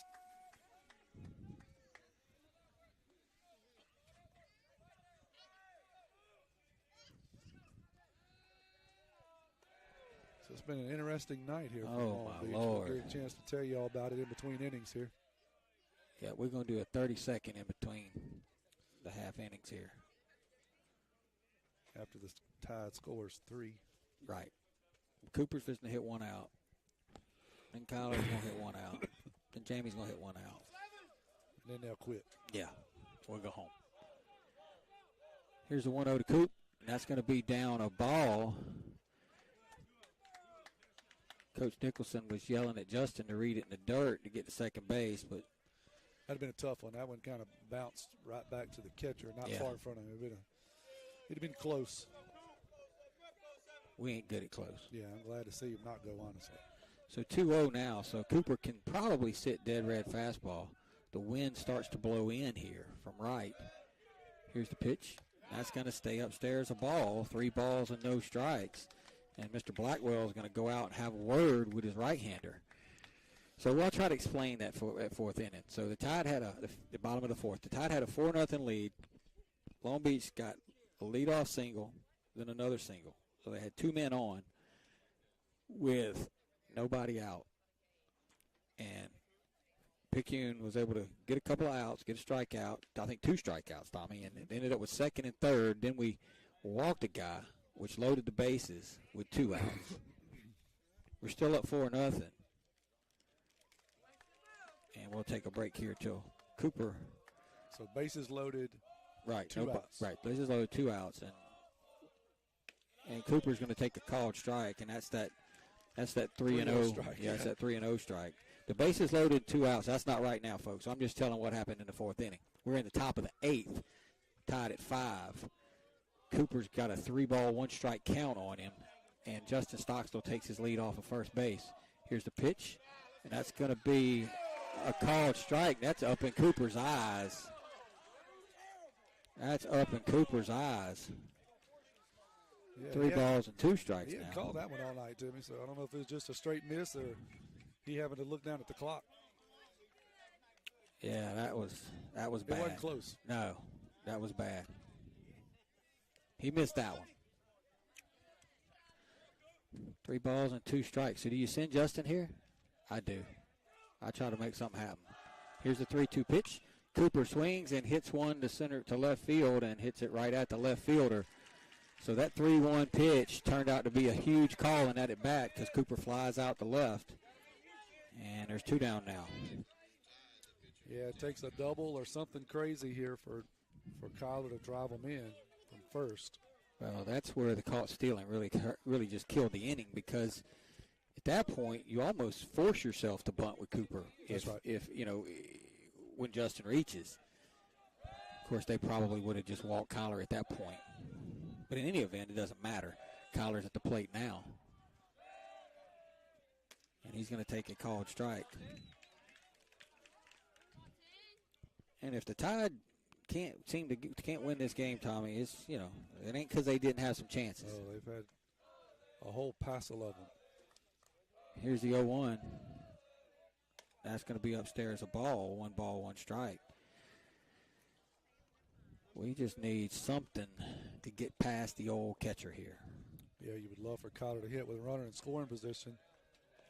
Opens up a lot more opportunities for him to score, Justin.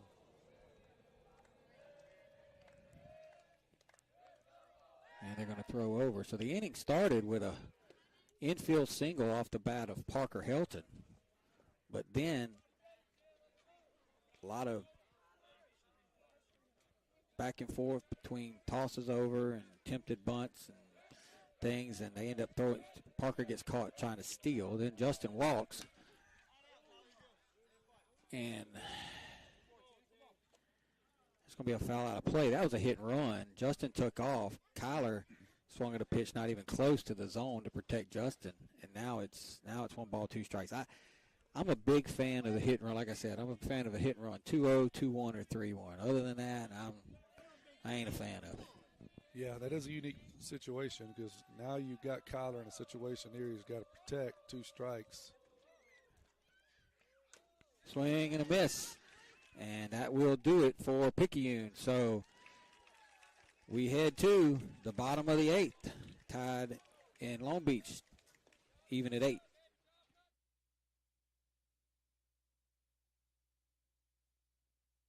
When your roommate borrows your car every day, it might be a blind spot. And if something bad happens to your expensive collection of anything, it could be a blind spot. Even having people over to jump around on your trampoline. Yep, it also might be a blind spot. Blind spots are all the surprising things that might need more coverage that you weren't aware of. Good thing Allstate agents can help you find those blind spots while watching out for your wallet. Agent Jason Pickett has offices in Poplarville and Picayune. The river is rising. Make sure you have the right coverage. Give the Pickett Agency a call today, 601-798-7005. Subject to terms, conditions, and availability. So we go to the bottom of the 8th, tied at 5, and but you go back to the 4th. Yeah, I'm going to go back to the 4th. So we go back to the 4th inning. They had the bases loaded after 2 singles, a couple of strikeouts, and then a walk, which I felt like was the big turning point of that inning. But then they had the bases loaded, 2 outs, a 1-2 count on the batter with the bases loaded. Mm-hmm. We get a strikeout, but the ball tips off of the top of Landon's glove, goes to the backstop. Tanner is running home and standing on the plate. Evans hollering 4. Tanner's hollering 4 because you just throw it to 4 and step on the plate. Landon throws it to first, makes a good throw to first. It hits Brady right in the glove, but I think the runner shielded him a little bit. That's right. And the ball pops out of Brady's glove, so they're able to score a run. So, okay, 4-1, no big deal, no big deal. Then the next pitch goes to the backstop on a wild pitch, makes it 4-2. And then the next pitch after that, it's a 2-run single. And before you know it, it's 4-4. Yeah, 3 pitches, and it's 4-4. Yeah. It was just a weird set of events. But now we're tied at 5, and we're in the bottom of the 8th. That's a called strike to Thomas, Luke Thomas. No balls on 1 strike. Kyler's still out there for the Maroon Tide. Yep, he's still out there. But you wonder how much more can he go. Swing and a miss. Kyler has thrown only 35 pitches. And we do have Cooper, too, if we need to. Yeah, because he's not going to throw tomorrow, obviously. Right. Here's the 0-2. That's upstairs a ball. But that was just a weird series of events. And then we did it again in the 6th or 7th.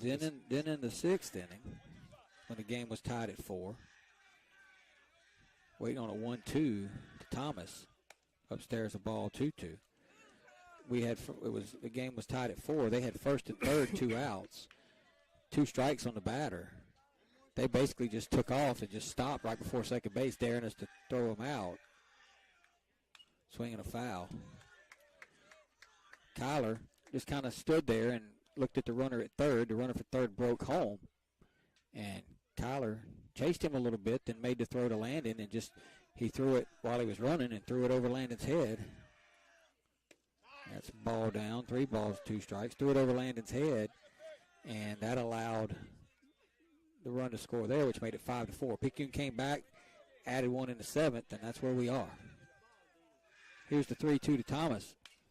Swing and a foul, and you got to give Thomas credit, Tommy. He was down 2 strikes in the count, and he's fouled off a couple of pitches, and he's worked the count to 3-2. And yeah, he's battling, and that's the last thing you want to do is put the leadoff guy on. yeah, the Tide got the leadoff guy on the top of the 8th. Couldn't score him. Here's the 3-2, and another foul.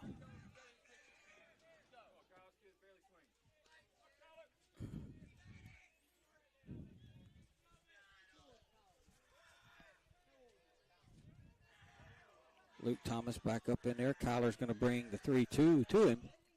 Swinging a ground ball up the middle, and that'll get into center field for a base hit. And Long Beach has the winning run at first base. That was just a heck of an at-bat by Thomas. That was. You know, that's all that was. Ain't nothing you can say about that. I mean, the kid just fouled off some tough pitches, and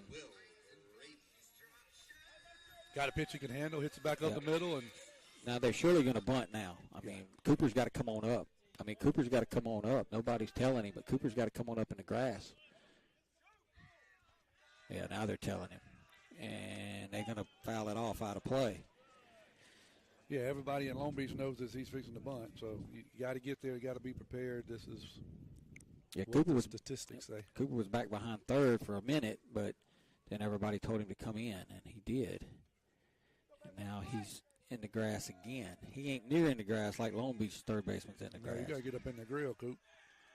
Yeah, I got to come. Here he comes, and he's going to foul it. That hit him. That ball hit the batter.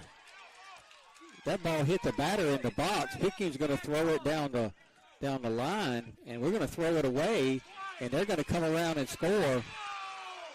They're going to come around and score the winning run. They're going to have a conversation between the umpires. The batter bunted the ball. It hit him in the box when he was coming out of the box. Landon picked it up, tried to make a throw down to first, threw it away, allowed the runners to move up, and then when we picked it up in the outfield, we threw it away at home. Yeah, it was pretty obvious. The umpire, hard for the home plate umpire to see it. In his defense, he's doing the right thing. He let the play out. Now he's going to talk to his partner, and we just hope. I'll tell you what, the longer okay. I ain't going to call a foul ball. Yeah, we don't normally get those calls when they huddle up, but to his credit, that's what you're supposed to do as an umpire. You're supposed to say, okay, I'll go out and talk to my partner, see what my partner says. No argue from Coach LaRosa. Yeah, everybody, it was pretty obvious it bounced up and hit him, right? I'm just surprised. Here's what I'm surprised. Everybody in the ballpark knew it hit him. Why did it take them a minute and a half to come to that decision? Yeah, I'm with you on that. The longer that conversation went, the more nervous I became. The field umpire should have had a good view of that. So now it's no balls and 2 strikes. Cooper backs out over there, gets even with the bag. But that trial run of a bunt didn't go good for us. And there is a ground ball down to Brady. Brady fields it, steps on the bag, throws to second, throws it away.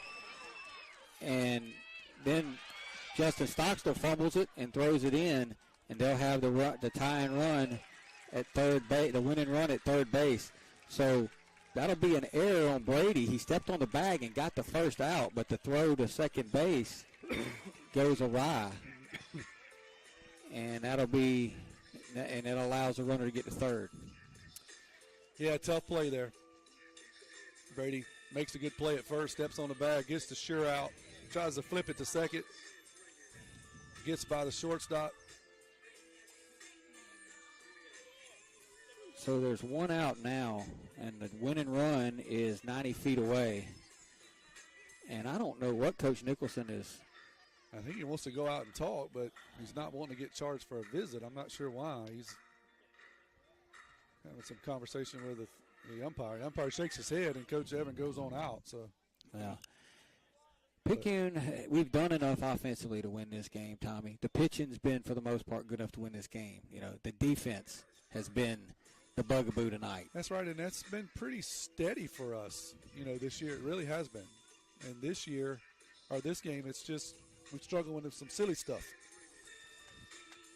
So, yeah, we got to bear down here. Because if you go back to Long Beach's 5th run, when we had them in the rundown, the reason that they got in the rundown is because we committed an error in the outfield that allowed the guy to get to second base on a fly ball. So it has been the defense tonight that has let the Tide down, but we can still get out of this. Brady Watts is going to bat now with one out.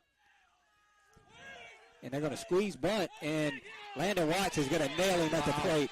That is a great job by Landon Watts. That is a great job by Landon Watts to tag the runner out at the plate. But even better than that was to pick it out of the dirt. Coach LaRosa is arguing something. He said that's a ball.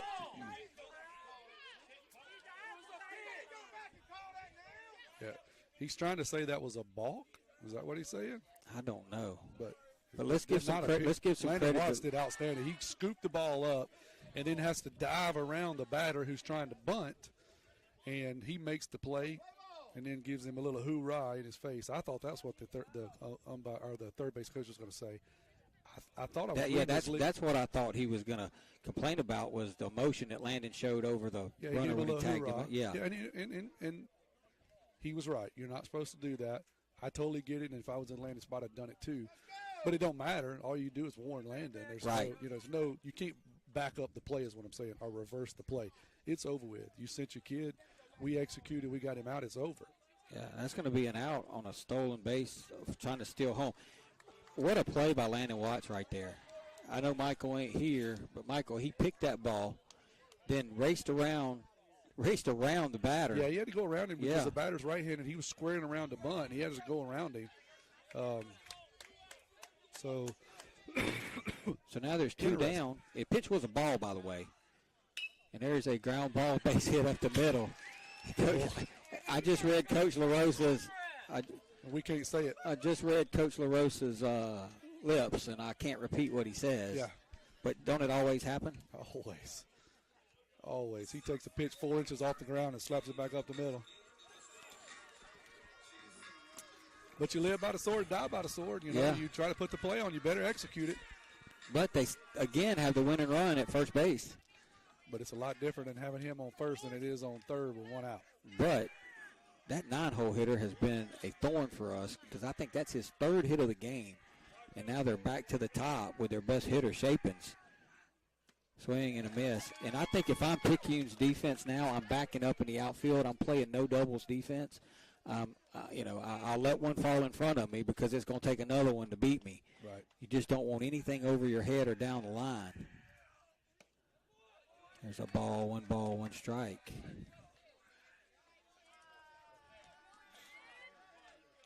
Brunson's pretty deep, I think, and right. It's hard for me to tell.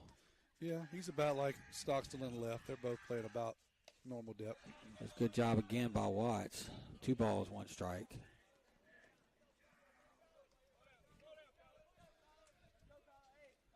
You got out of a bad situation. You don't want to walk this guy and get right back into it. Right. Yeah, let's get in the dugout.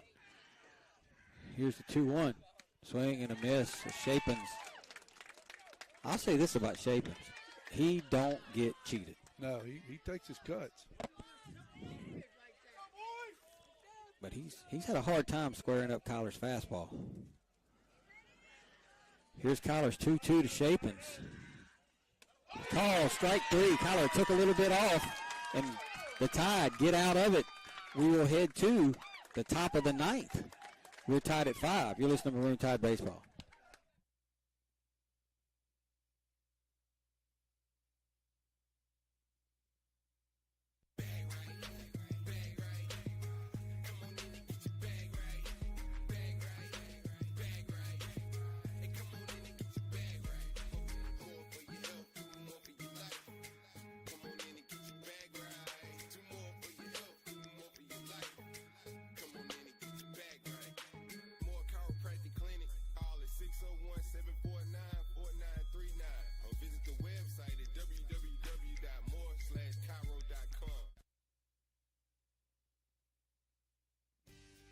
First Place Express Car Wash in Picayune would like to say a huge thank you to their loyal customers.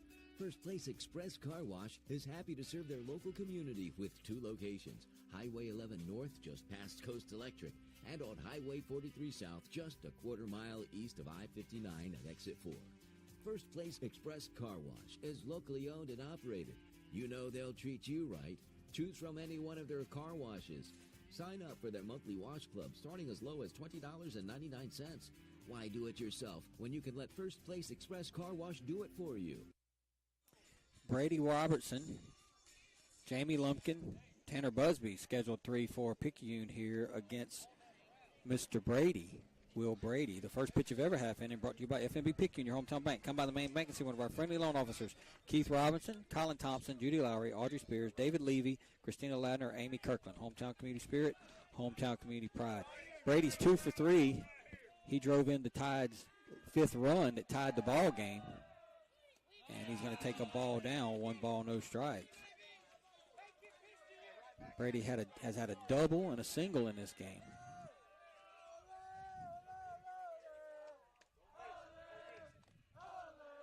Here's the 1-0. That's a called strike. 1 ball, 1 strike. So both teams, Tommy, managed to get some base runners. Base running's been an issue on both sides.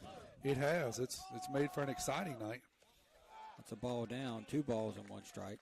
Hey, but let's give a hats off to this umpiring crew. You know, we may not have liked a couple of his strikes, but I think this is one of the best jobs I've seen by a home plate umpire all year long, quite honestly. You know, there's a couple of calls that he took the time to get right.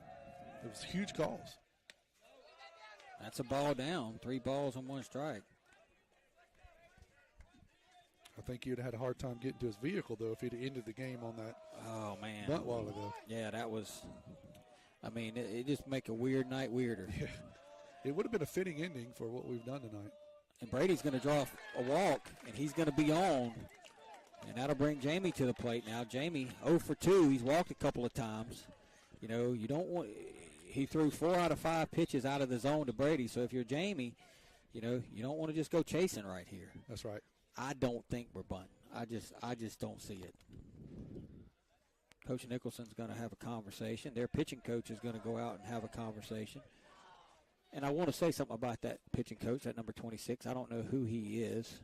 Don't know his name, but he caught me before the game, Tommy, and he said, "Hey, are you Morgan Kraft's dad?" And I said, "Yeah." He said, "How's he doing?" And I told him, and he said, "We've enjoyed watching him play here the last 3 years. We hate what happened to him." He said, "But, you know, I want to let you know that I appreciate the ball player he is." So I don't even know the man's name. That means a lot. Yep, he caught me in the dugout when I was taking a picture of their lineup. Anyway, let's take a quick break, Tommy. They're changing pitchers. This is Maroon Tide baseball.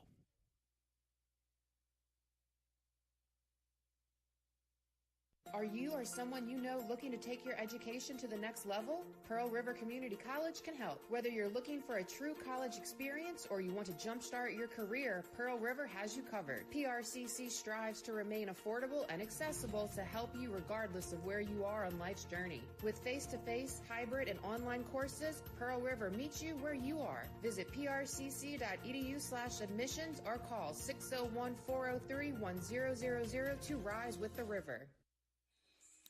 Jake Thomas, the founder of Wendy's, Tommy, is going to be the new pitcher for Long Beach.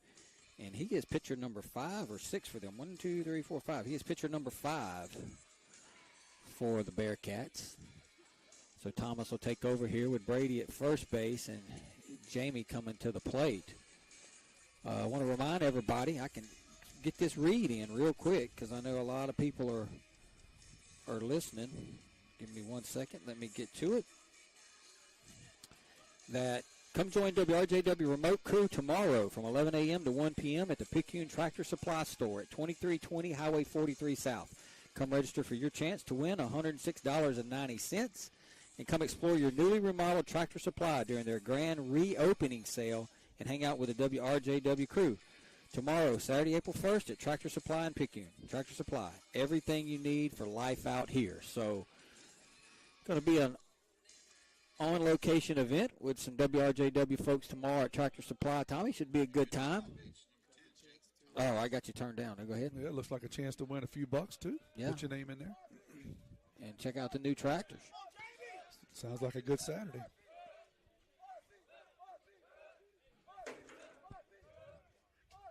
So Jamie Lumpkin's going to step in now, and he's going to show bunt. And And he's going to take a called strike. No balls and 1 strike. They have moved their defense all around. Kenworthy's good over luck at first catching, base. keeping up with that. Yeah, I think I got it. Kenworthy's over at first. Jake Thomas is pitching, and I got Watts at second. Jamie's going to show bunt again, and they're going to throw over, and Brady's back. Brady lumbered down into first base. Yeah, he had about a 24-inch lead, so I don't think there was any chance, but he's aggravated because he had to lay back into the bag there. I'd like to see Jamie pull the bat back right here, get into one. Third baseman's playing in his back pocket. Oh, Jamie's going to show bunt. Third baseman is on Jamie's back pocket, and that ball is going to be up and over Jamie's head. 1 ball, 1 strike. Yeah, your only chance if you're Jamie is to try to put it down the first baseline. I mean, the third baseman's on top of him. I don't even see no sense to bunt at this point. I mean, he is right on top of him. And Brady, not the speediest no, character. we didn't run a lot of quarterback powers. No, not the speediest character. But Jamie's showing it again, and he takes down a ball, and Brady takes off for second base, and he's going to get thrown out at second base. Ouch. I honestly don't know what we're doing on that. It had to be a missed sign.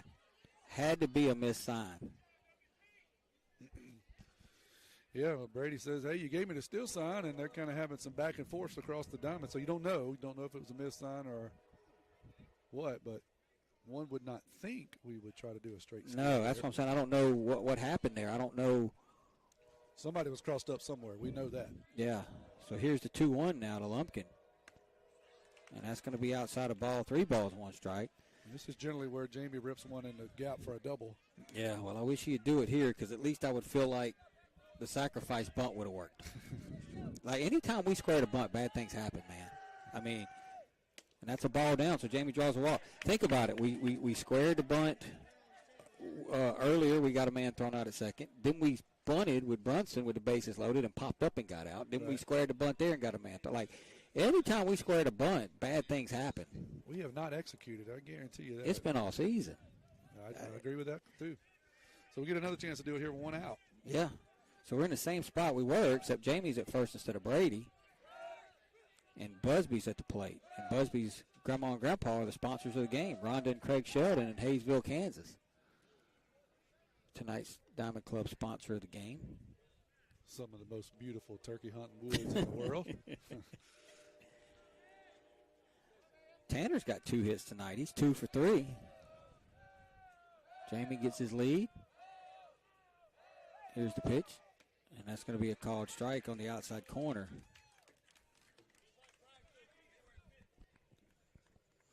So we talked about, if the Tide couldn't get this done, it was going to be on, defensively we were bad tonight. But, now we got to really kind of start to talk about our base running because we've had 2 or 3 guys thrown out on the bases tonight.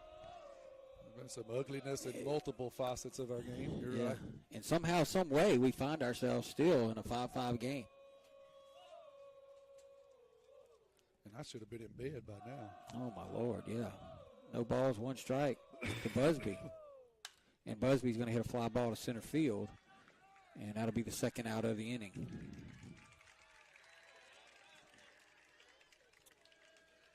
Well, here's the thing. Long Beach has tried to let Picayune win this game, and we hadn't wanted it. And then we tried to let Long Beach win it, and they didn't want it. Some point, somebody's going to want it. That's right. Well, we're going to run out of gas here in a minute. Yep. Here's Brunson now. Now, he came up and tried to bunt with the bases loaded a while ago and would have forced in what would have been a winning run, but he popped it up, and the catcher caught it. So here's the pitch to Brunson, down a ball. 1 ball, no strikes. Jamie takes off to second base, and he's going to be safe. So finally, we get somebody safe at second, and it was close. Yeah, it was bang, bang. Catcher's got an arm. We knew that. And they've got the count. I think they got the count wrong. I show 1-0. I show 1-0 too.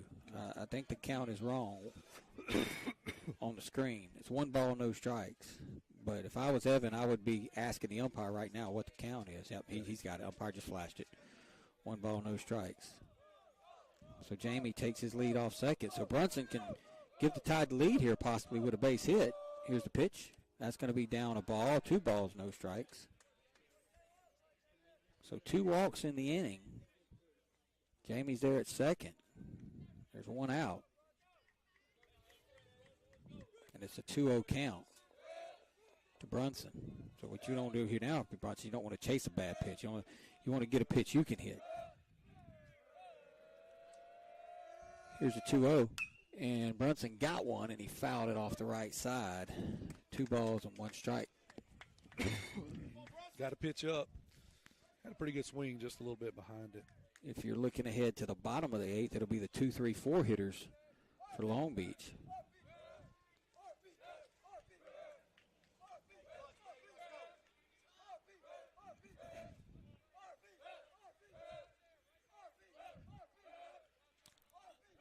Here's Thomas's 2-1 to Brunson.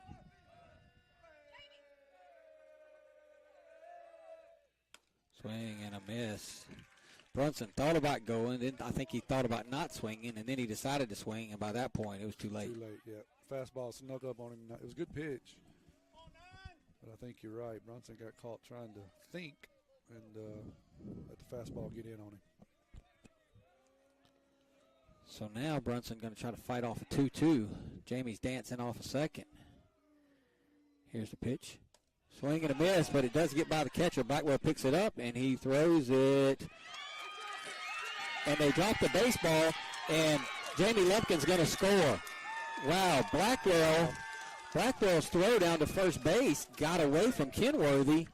Lumpkin comes on some heads-up base running, comes all the way around to score. And I guess, Tommy, I couldn't tell. Is that an E3 or an E2? I think you have to give that on the first baseman 3 just because the ball, it was kind of the same situation that we got called in earlier. The ball was there, but it goes across the runner. That's the problem when you're trying to make that drop third strike catcher throw is the runner gets in the way, and it just takes the first baseman's eye off of things. So here's Watts now, and they're going to throw over, and Brunson's going to be back. So Picayune leads at 6-5 now. And it has been a weird baseball game. I mean, a weird game. And it ain't over. That's the worst part about it. Here's Watts now. He's hit the ball. Ooh, that ball rides in and hits Landon, and he'll be on a hit by pitch. I was about to say Landon's hit the ball hard a couple of times tonight, and that one rode in on him and got him on the backside of his, right around his shoulder blade. Yeah, that hurts because it squared him up. Fastball. Give it to Landon, though. He didn't act like it hurt. He rolled on down there acting all cool. It does hurt. He just got run for us. He's probably in the dugout now like, wow, that hurt. He's bent over, doubled up behind the water bucket right now. I guarantee it just hurts when you get hit right there. So that's going to bring up Helton now. Now, Helton has 2 hits tonight, Tommy, and between them they've gone a total of about, what did you say? Feet. Yeah, 11 feet. That's combined. Right. Neither one of them got past the pitcher's mound. It's a beautiful swinging bunt and then a bunt.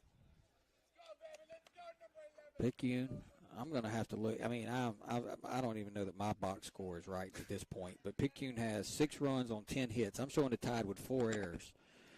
Long Beach has 5 runs on 9 hits and 1 error.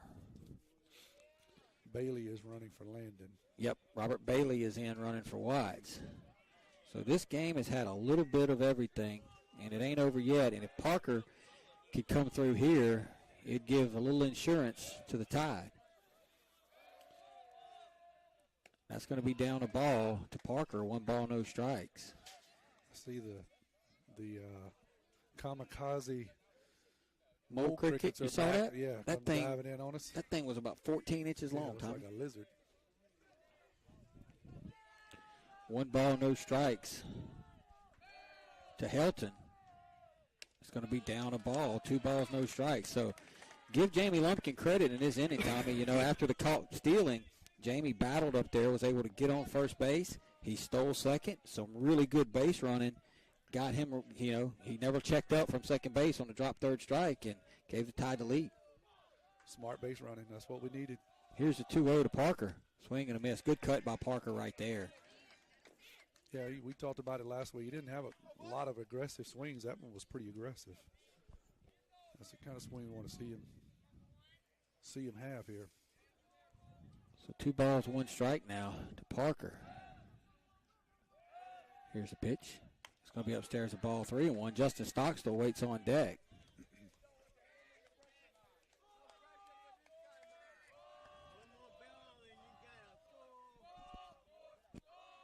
3 balls, 1 strike from Jake Thomas to Parker Helton. Swing and a miss. Good cut by Parker. Got a pitch to hit, Tom. He just looks like Parker's pulling off the ball a little bit. He definitely is. Good swings. Those last 2 have been good, but pulling his head, it's hard to hit the ball when you pull your head. So 3-2 now. The merry-go-round will start. Runners have got to be going. Let's see if they are. Bailey takes his lead off of first. Stockstill takes his lead off of second.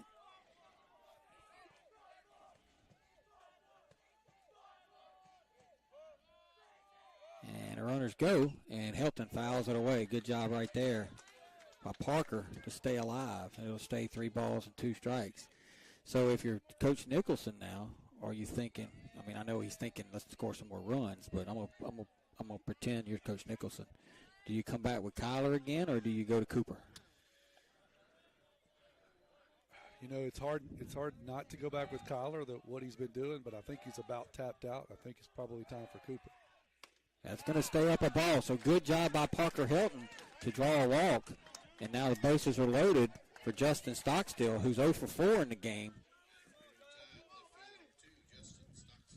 And this is the kind of pitcher right here that Justin has some success on. Oh, they're going to have I think they're going to make another move.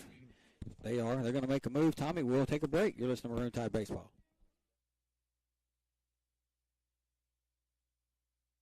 Are you or someone you know looking to take your education to the next level? Pearl River Community College can help. Whether you're looking for a true college experience or you want to jumpstart your career, Pearl River has you covered. PRCC strives to remain affordable and accessible to help you regardless of where you are on life's journey. With face-to-face, hybrid, and online courses, Pearl River meets you where you are. Visit prcc.edu/admissions or call 601-403-1000 to rise with the river.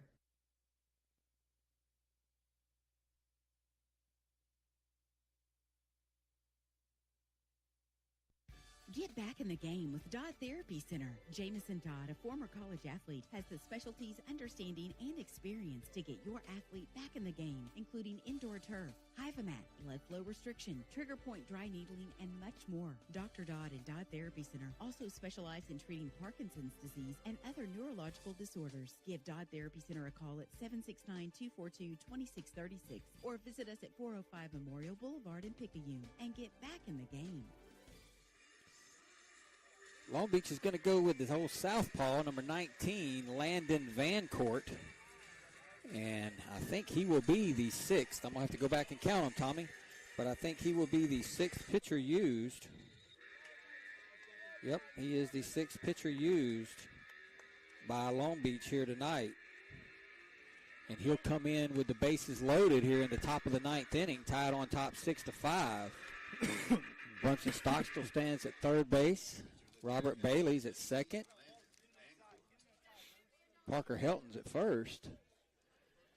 And Justin Stockstill's going to step in with the bases loaded and a chance to give Picayune a little insurance here, Tom. Boy, we need it. The way this game is played out, certainly rather have 2 than 1. And here's the pitch, and it's going to be outside a ball. 1 ball, no strikes to Justin Stockstill. Justin officially 0 for 4 tonight. That means he's due. It's a good chance to break out of it right here. Here's the 1-0 to Justin. Swinging a foul straight back, and he come out of his shoes right there. Yeah, I think he liked that one. 1 ball, 1 strike.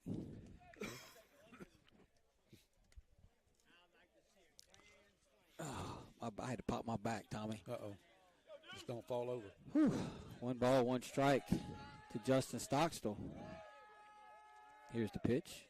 That's going to be down a ball. Good job right there by the big man behind the plate, Blackwell, because that ball was ticketed to the bricks. Yeah, and Stockstill had a good lead off of third. I'm sure he would have tried it.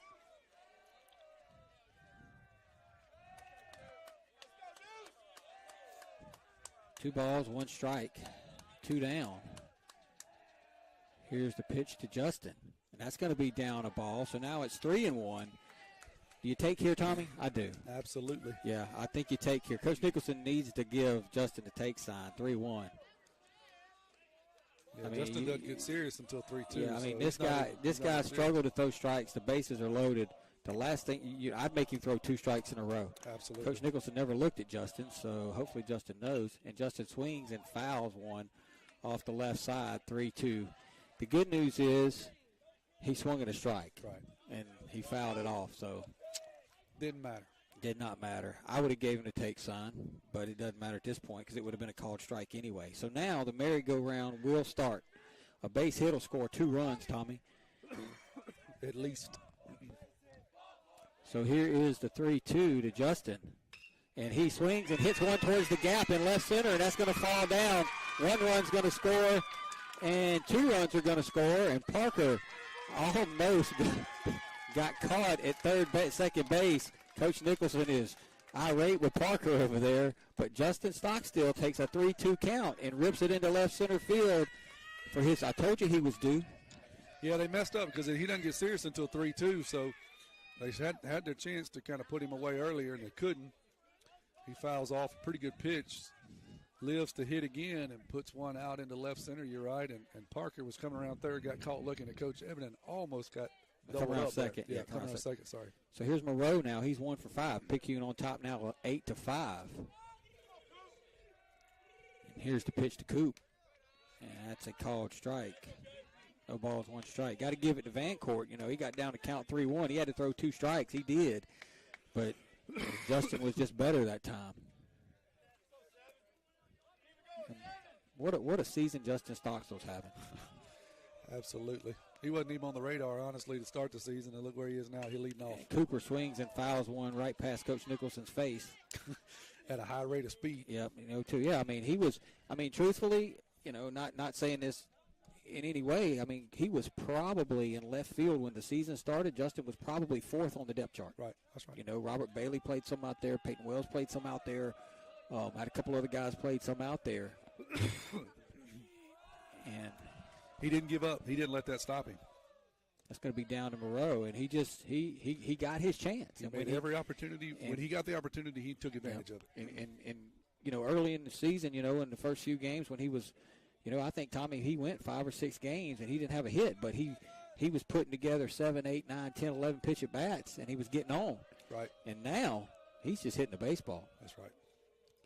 Here's the 1-2 to Coop. Swing and he hit that one over Walt Fagan's head, so he almost killed Evan a minute ago, and he almost killed Walt right there.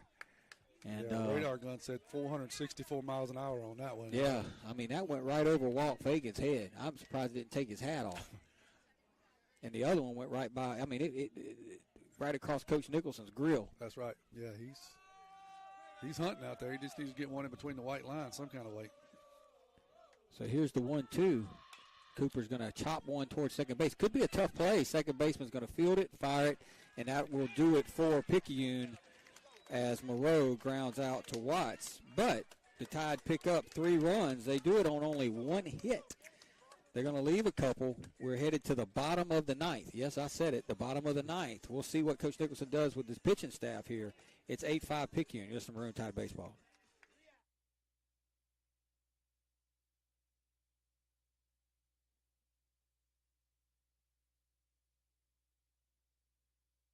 Hey neighbors, we're not that far from where you are. Make that short drive to Pawpaw's Campers in Picayune and see our Wildwood, Catalina, Sportsman, and Zinger trailer lines and our Rockwood and Heritage Glen fifth wheel lines. From Houma to Hammond, Biloxi to Jackson, and Mobile and Pensacola, we're not that far from where you are. Come and see us. You're gonna love the way we deal. Pawpaw's Camper City in Picayune. You're gonna love the way we deal.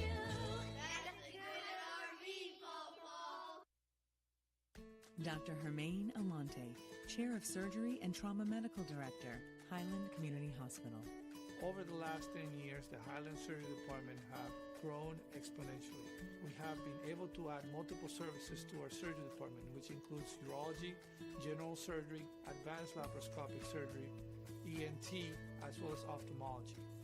Highland Community Hospital, here when you need us most. For more information, go to highlandch.com. We head to the bottom of the ninth. Collard Kings back out there, tied on top 8-5. And, Tommy, I'm kind of tired, my friend. It's been a long day, hasn't it? The first pitch of every half inning is brought to you by FNB Picayune, your hometown bank. Come by the main branch and see Sheila Cooper or Linda Penton. Hometown Community Spirit, hometown community pride. I want to remind everybody that tomorrow from 11 to 1 at the Tractor Supply, WRJW will have a remote on-location event going on, the grand reopening of Tractor Supply. You can enter for a chance to win $106.90. And you can check out the newly remodeled Tractor Supply along with the new inventory right there on 2320 Highway 43 South in Picayune. And there's going to be a bunt by Kenworthy. It'll be foul. No balls and one strike. King is back out there. He is. They were debating what was going to happen. Yeah, he's at 53 pitches. I think it's one of those things where if he gives up a base runner, I think you might see Moreau. I just short leash. Yeah, well, I mean, I don't know. It's hard for me to say, but let's just hope we don't get to that. And there is a pop-up, and Jamie Lumpkin is going to call it, and that's the first out of the inning as Lumpkin takes care of Kenworthy for the first out of the inning. And let's, I want to talk about Lumpkin because, that last inning started off with us. We had a base runner, Brady. Brady got thrown out trying to steal. Jamie had a good at bat, got to second, was able to steal a bag, and his hustle scored the 6th run, kind of got that whole inning going. That's right. So the spark plug we've been missing for a while. Yep. And you can, and here's Blackwell. I'm going to tell you right now. I don't know that I've seen a high school kid swing a bat as hard as Blackwell Yeah, he is does. a grown man up there.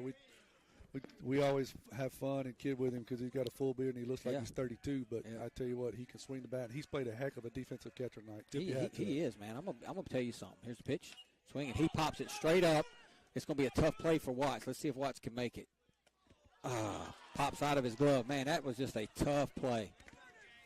Landon did the hard part, and then that's getting under the ball. That is so hard for a catcher to square up and get under it. He did that, but his mistake was he didn't get his second hand up there. It is so hard to catch a fly ball with a catcher's mitt.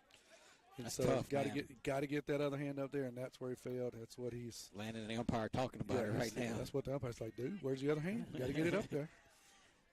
So Blackwell gets new life. Let's see if we can. That's a ball down, 1 ball, 2 strikes. And really, Kyler could have called him off right there. Kyler was standing right behind Landon. Probably would have been an easier play for Kyler, but Landon had no idea that Kyler was there. Right. And Kyler's not a normal human being. Yeah, swing and a miss. It doesn't matter anyway. Kyler strikes him out for the second out of the inning. Good-looking breaking pitch.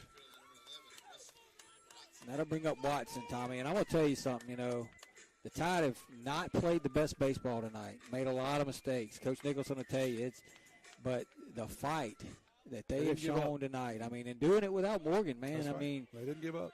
You don't have, the guy that's leading your team in batting average and RBIs and hits in the lineup tonight. And things wasn't going your way, but you hung in there. And now it's a foul back. You have a chance to close this game out and head back to Picayune 4-0 in the district, and more importantly, with a playoff spot wrapped up. That's right. And a day off tomorrow.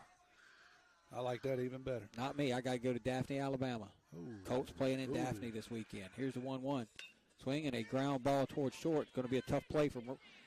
It makes it easy. That'll do it. Wow. Colt Robertson throws out Watson, and that will do it as the Tide, in one of the wildest baseball games you'll ever see in your life, and I don't even know how I can explain it, but I'm going to do the best I can when we get back quickly, win this game over Long Beach by the score of 8-5. We're going to take 30 seconds, Tommy. We're going to be back, and we're going to get out of here. Tide win 8-5. We'll be right back.